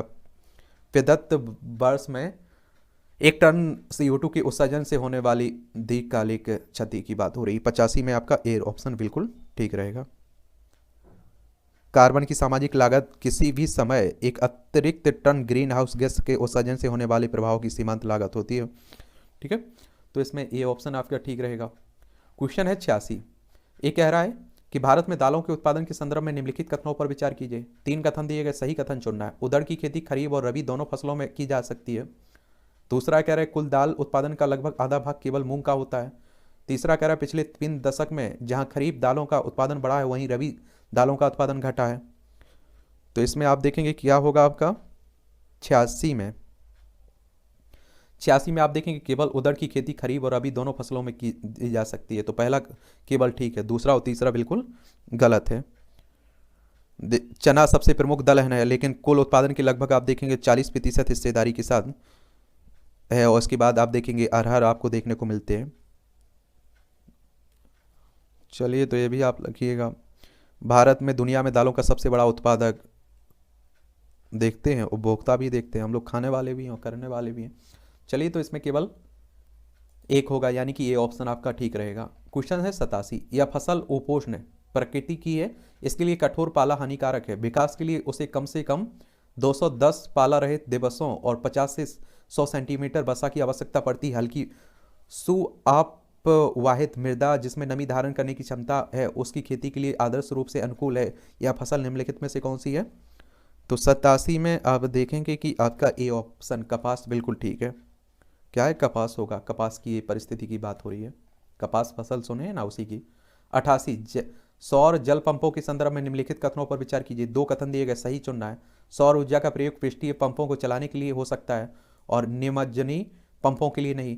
सौर ऊर्जा का प्रयोग अपकेंद्री पंपों को चलाने के लिए हो सकता है, पिस्टन वाले पंपों के लिए नहीं। तो 88 में आप देखेंगे ना तो एक सही है और ना ही दूसरा सही है। 88 में आपके दोनों गलत है। देखिए, उनका उपयोग उन सभी को चलाने के लिए किया जा सकता है और उपयोग किए जाने वाले सौर ऊर्जा पंपों के सबसे आम पंप यांत्रिकी केंद्र सारक pump, multi stage pump, borehole pump, helical pump ये देखते हैं आप लोग। ठीक है, सूर्य भगवान से। डी ऑप्शन लगा देना इसमें। अगला क्वेश्चन है हमारे सामने 89। एक कह रहा है भारत में गन्ने की खेती के में वर्तमान प्रवृत्तियों के संदर्भ में निम्नलिखित कथनों पर विचार कीजिए। 4 कथन दिए गए, सही चुनना है। जब बड़ चिप सेटलिंग्स को नर्सरी में उगाकर मुख्य कृषि भूमि में प्रतिरोपित किया जाता है तब बीज सामग्री में बड़ी बचत होगी। दूसरा कह रहा है जब सेट्स का सीधे रोपण किया जाता है तब एक कलिका सेट्स का अंकुरण प्रतिशत कई कलिका सेट्स की तुलना में बेहतर होता है। तीसरा कह रहा खराब मौसम की दशा में यदि सेट्स का सीधे रोपण होता है तब एक कलिका सेट्स का जीवित बचना बड़े सेट्स की तुलना में बेहतर होता है। और 4 कह रहा है कि गन्ने की खेती ऊतक संवर्धन से तैयार की गई सेटलिंग से की जा सकती है। तो बताइए इसमें क्या करोगे आप लोग? 89 में क्या करोगे? 89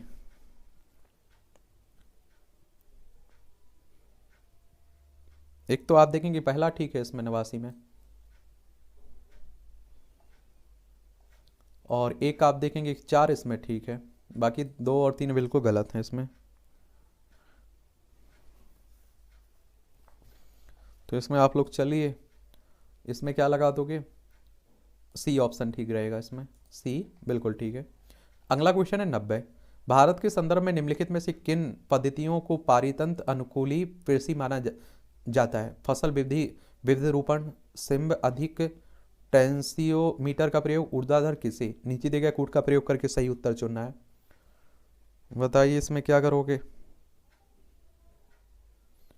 90 में तो इसमें आप देखेंगे फसल विविधीकरण, सिंब अधिक, टेंसियोमीटर का प्रयोग, यानी कि ये ऑप्शन बिल्कुल ठीक रहेगा इसमें। चलिए अगले क्वेश्चन की तरफ चलते हैं। अगला क्वेश्चन क्या कह रहा है, 90 कृषि में फर्टिगेशन के क्या लाभ हैं। कृषि में फर्टिगेशन के क्या लाभ हैं, बताइए।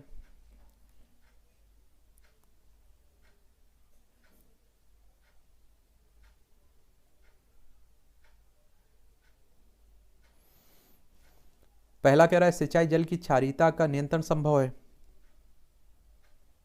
और दूसरा कह रहा है कि रॉक फॉस्फेट और सभी अन्य फॉस्फेटिक उर्वरकों का सफलता के साथ अनुप्रयोग संभव है।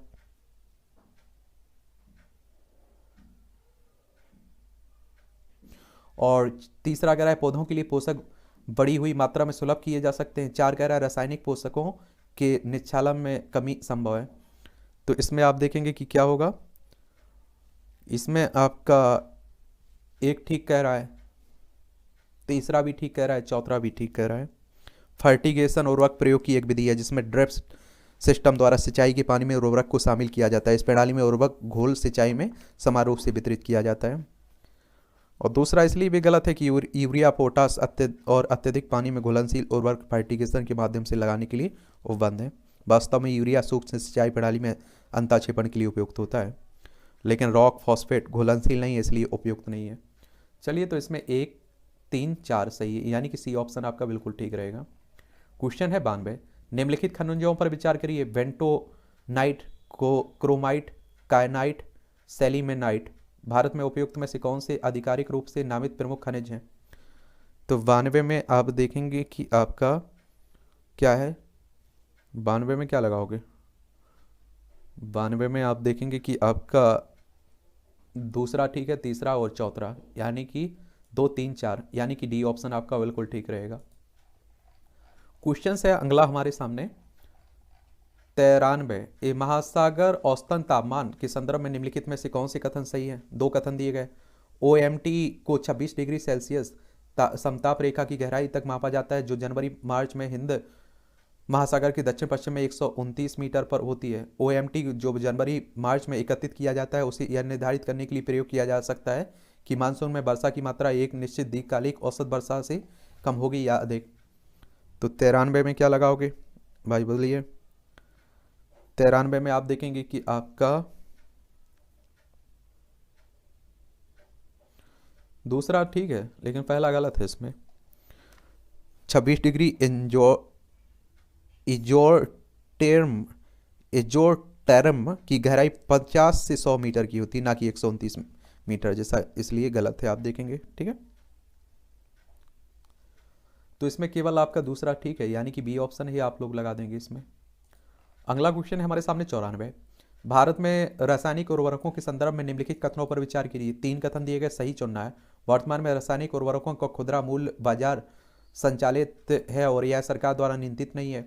दूसरा कह रहा है अमोनिया जो यूरिया बनाने में काम आता है वह प्राकृतिक गैस से उत्पन्न होता है। तीसरा कह रहा है सल्फर जो फॉस्फोरिक अम्ल उर्वरक के लिए कच्चा माल है वह तेल शोधन कारखानों का उप उत्पाद है। तो 94 में की बात हो रही है। 94 में आप देखते हैं कि आपका क्या होगा, 2 और 3 तो ठीक कह रहा है, लेकिन पहला आप लोग देखेंगे गलत है। पूरे देश में आसमान अधिक खुदरा मूल्य पर यूरिया की उपलब्धता को सुगम बनाने के लिए केंद्र सरकार परिवहन लागत के लिए यूरिया निर्माण इकाइयों की सब्सिडी भी देते हैं, ठीक है, इसलिए आप देखेंगे पहला गलत है। तो इसमें आप देखेंगे कि आपका 2 और 3 सही था, यानी कि बी ऑप्शन आपका बिल्कुल ठीक रहेगा इसमें। अगला क्वेश्चन है हमारे सामने 95, भारत के मरु राष्ट्रीय उद्यान के संदर्भ में निम्नलिखित में से कौन सा कथन सही है। यह 2 जिलों में विस्तृत है। उद्यान के अंदर कोई मानव वास स्थल नहीं है। यह ग्रेट इंडियन बस्टर्ड की प्राकृतिक आवासों में से एक है। नीचे दी गए कूट का प्रयोग करके आप लोगों को देखना है। और ये 2 जिलों में आप देखेंगे कि राजस्थान के जैसलमेर और बाड़मेर में आपको लोगों को देखने को मिलता है। एक राष्ट्रीय उद्यान मानव निवास हो सकता है, आप लोगों को ये याद रखना चाहिए। तो इसमें आप देखेंगे 95 में आप लोग क्या लगाओगे, 95 में आपका क्या रहेगा, पहला ठीक है और तीसरा ठीक है, दूसरा गलत था। तो सी ऑप्शन आपका बिल्कुल ठीक रहेगा इसमें 95 में। अगला है 96, सियाचिन हिमनद कहाँ देखने को मिलेगा। अक्साई चीन के पूर्व में, लेह के पूर्व में, गिलगिट के पूर्व में, नुब्रा घाटी के पूर्व में। तो ये आप देखेंगे नुब्रा घाटी के पूर्व में ही देखेंगे आप लोग, 96 में डी रहेगा। क्वेश्चन है हमारे सामने 97। ये कह रहा है कि भारत के इतिहास के संदर्भ में निम्नलिखित युगों पर विचार कीजिए। ये प्रसिद्ध स्थल है वर्तमान राज्य भीलसा मध्य प्रदेश, द्वार समुद्र महाराष्ट्र, गिरिनगर गुजरात, स्थानेश्वर उत्तर प्रदेश। इनमें से सही सम्मिलित आपको बताना है 97 में। तो आप देखेंगे भीलसा मध्य प्रदेश में और गिरिनगर गुजरात में आपको देखने को मिलेगा। तो इसमें आप देखेंगे बिल्कुल सही है। द्वार समुद्रम की बात करें तो ये कर्नाटक में आप लोगों को देखने को मिलता है और स्थानेश्वर ये हरियाणा में देखने को मिलता है। तो इसमें केवल आप देखेंगे 1 और 3 यानी कि ए ऑप्शन आपका बिल्कुल सही है। 97 क्या कह रहा है? A option. क्वेश्चन है हमारे सामने 98। निम्नलिखित कथनों पर विचार कीजिए। केंद्रीय भूमि जल प्राधिकरण ने भारत के 36% जिलों को अति शोषित अथवा संकटपूर्ण वर्गीकृत किया है। CGWA का निर्माण पर्यावरण अधिनियम के अंतर्गत हुआ है और विश्व में भूजल सिंचाई के अंतर्गत सबसे अधिक क्षेत्र भारत में। इनमें से सही आप लोगों को चुनना है। तो बताइए 98 में आप लोगों से पूछ रहा है। इसमें आप देखेंगे 2 ठीक है, 30 ठीक है, लेकिन आप देखेंगे पहला गलत है। इसमें लगभग 29% ऐसे हैं, 26 नहीं। ठीक है, इसलिए आप देखेंगे पहला गलत है, 36 नहीं। तो इसमें आपका बी ऑप्शन होगा। अगला क्वेश्चन है हमारे सामने। ये आप देखिए 99। निम्नलिखित कथनों पर विचार करिए। जेट विभाग केवल उत्तरी गोलार्ध में होते हैं और दूसरा केवल कुछ चक्रवात ही केंद्र में बताक्षी उत्पन्न करते हैं। तीसरा कह रहा है चक्रवात की बताक्षी के अंदर का तापमान आसमान के तापमान से लगभग 10 डिग्री सेल्सियस कम होता है। इनमें से सही आप लोगों को चुनना है। 99 में आप देखेंगे क्या कह रहा है? केवल दूसरा ठीक है, पहला भी गलत है और तीसरा भी ठीक है, इसमें गलत है। दोनों गोलार्ध के ऊपरी वायुमंडल में होते हैं, इसलिए आप पहला गलत है। उष्णकटिबंधीय चक्रवात के लिए गर्म होता है ना कि ठंडा। गर्म तापमान तूफान को चलाता है, इसलिए आप देखें तीसरा भी गलत है। इसमें केवल दूसरा कथन ठीक था, यानी कि सी ऑप्शन आपका बिल्कुल ठीक था। अगला क्वेश्चन है 100। निम्नलिखित बाघ आरक्षित क्षेत्रों में क्रांतिक बाघ आवास के अंतर्गत सबसे बड़ा क्षेत्र किसके पास है? कॉर्बेट, रणथंभौर, नागार्जुन सागर, श्रीशैलम, सुंदरवन। तो इसमें आप देखते हैं कि आपका क्या देखने को मिलेगा? नागार्जुन श्रीशैलम देखने को मिलेगा। ठीक है, तो ये आप लोग याद रखिएगा। अंतिम क्वेश्चन था ये, और भारत का सबसे बड़ा ये आप देखें आंध्र प्रदेश में आपको देखने को मिलता है। 5 जिलों में फैला हुआ, नालगोंडा, महबूबनगर, कुर्नूल, प्रकाशम, गुंटूर जिले में। चलिए, बड़ा है। और इस तरह से आप देखेंगे कि आपका 2020 का प्रीलिम्स का पहला पेपर सिविल सर्विस UPSC यानी कि IAS का ख़त्म होता है इसका। अगली क्लास में हम लोग 2021 के बारे में बात करेंगे, जो प्रीलिम्स का पहला पेपर रहता है, जिसके आधार पर आपकी मेरिट लिस्ट बनती है और आप लोग मुख्य परीक्षा में पहुंच पाते हैं। CSET आप लोगों को डाल दूंगा उस पर, टेलीग्राम पर, वहाँ से डाउनलोड कर लीजिएगा। उसमें केवल क्वालिफाई करना होता है, देखिए, और वो भी मुश्किल कई लोगों को लगता है, तो ध्यान से उसे भी पढ़ लिया करिएगा उसके लिए भी। ठीक है, और ये आप देखिए आपके लिए कच्चे काम के लिए जगह रहती है कि गुणा भाग करते रहिए आप लोग, जो भी लिखा पढ़ी करनी है, काट फीट करनी है।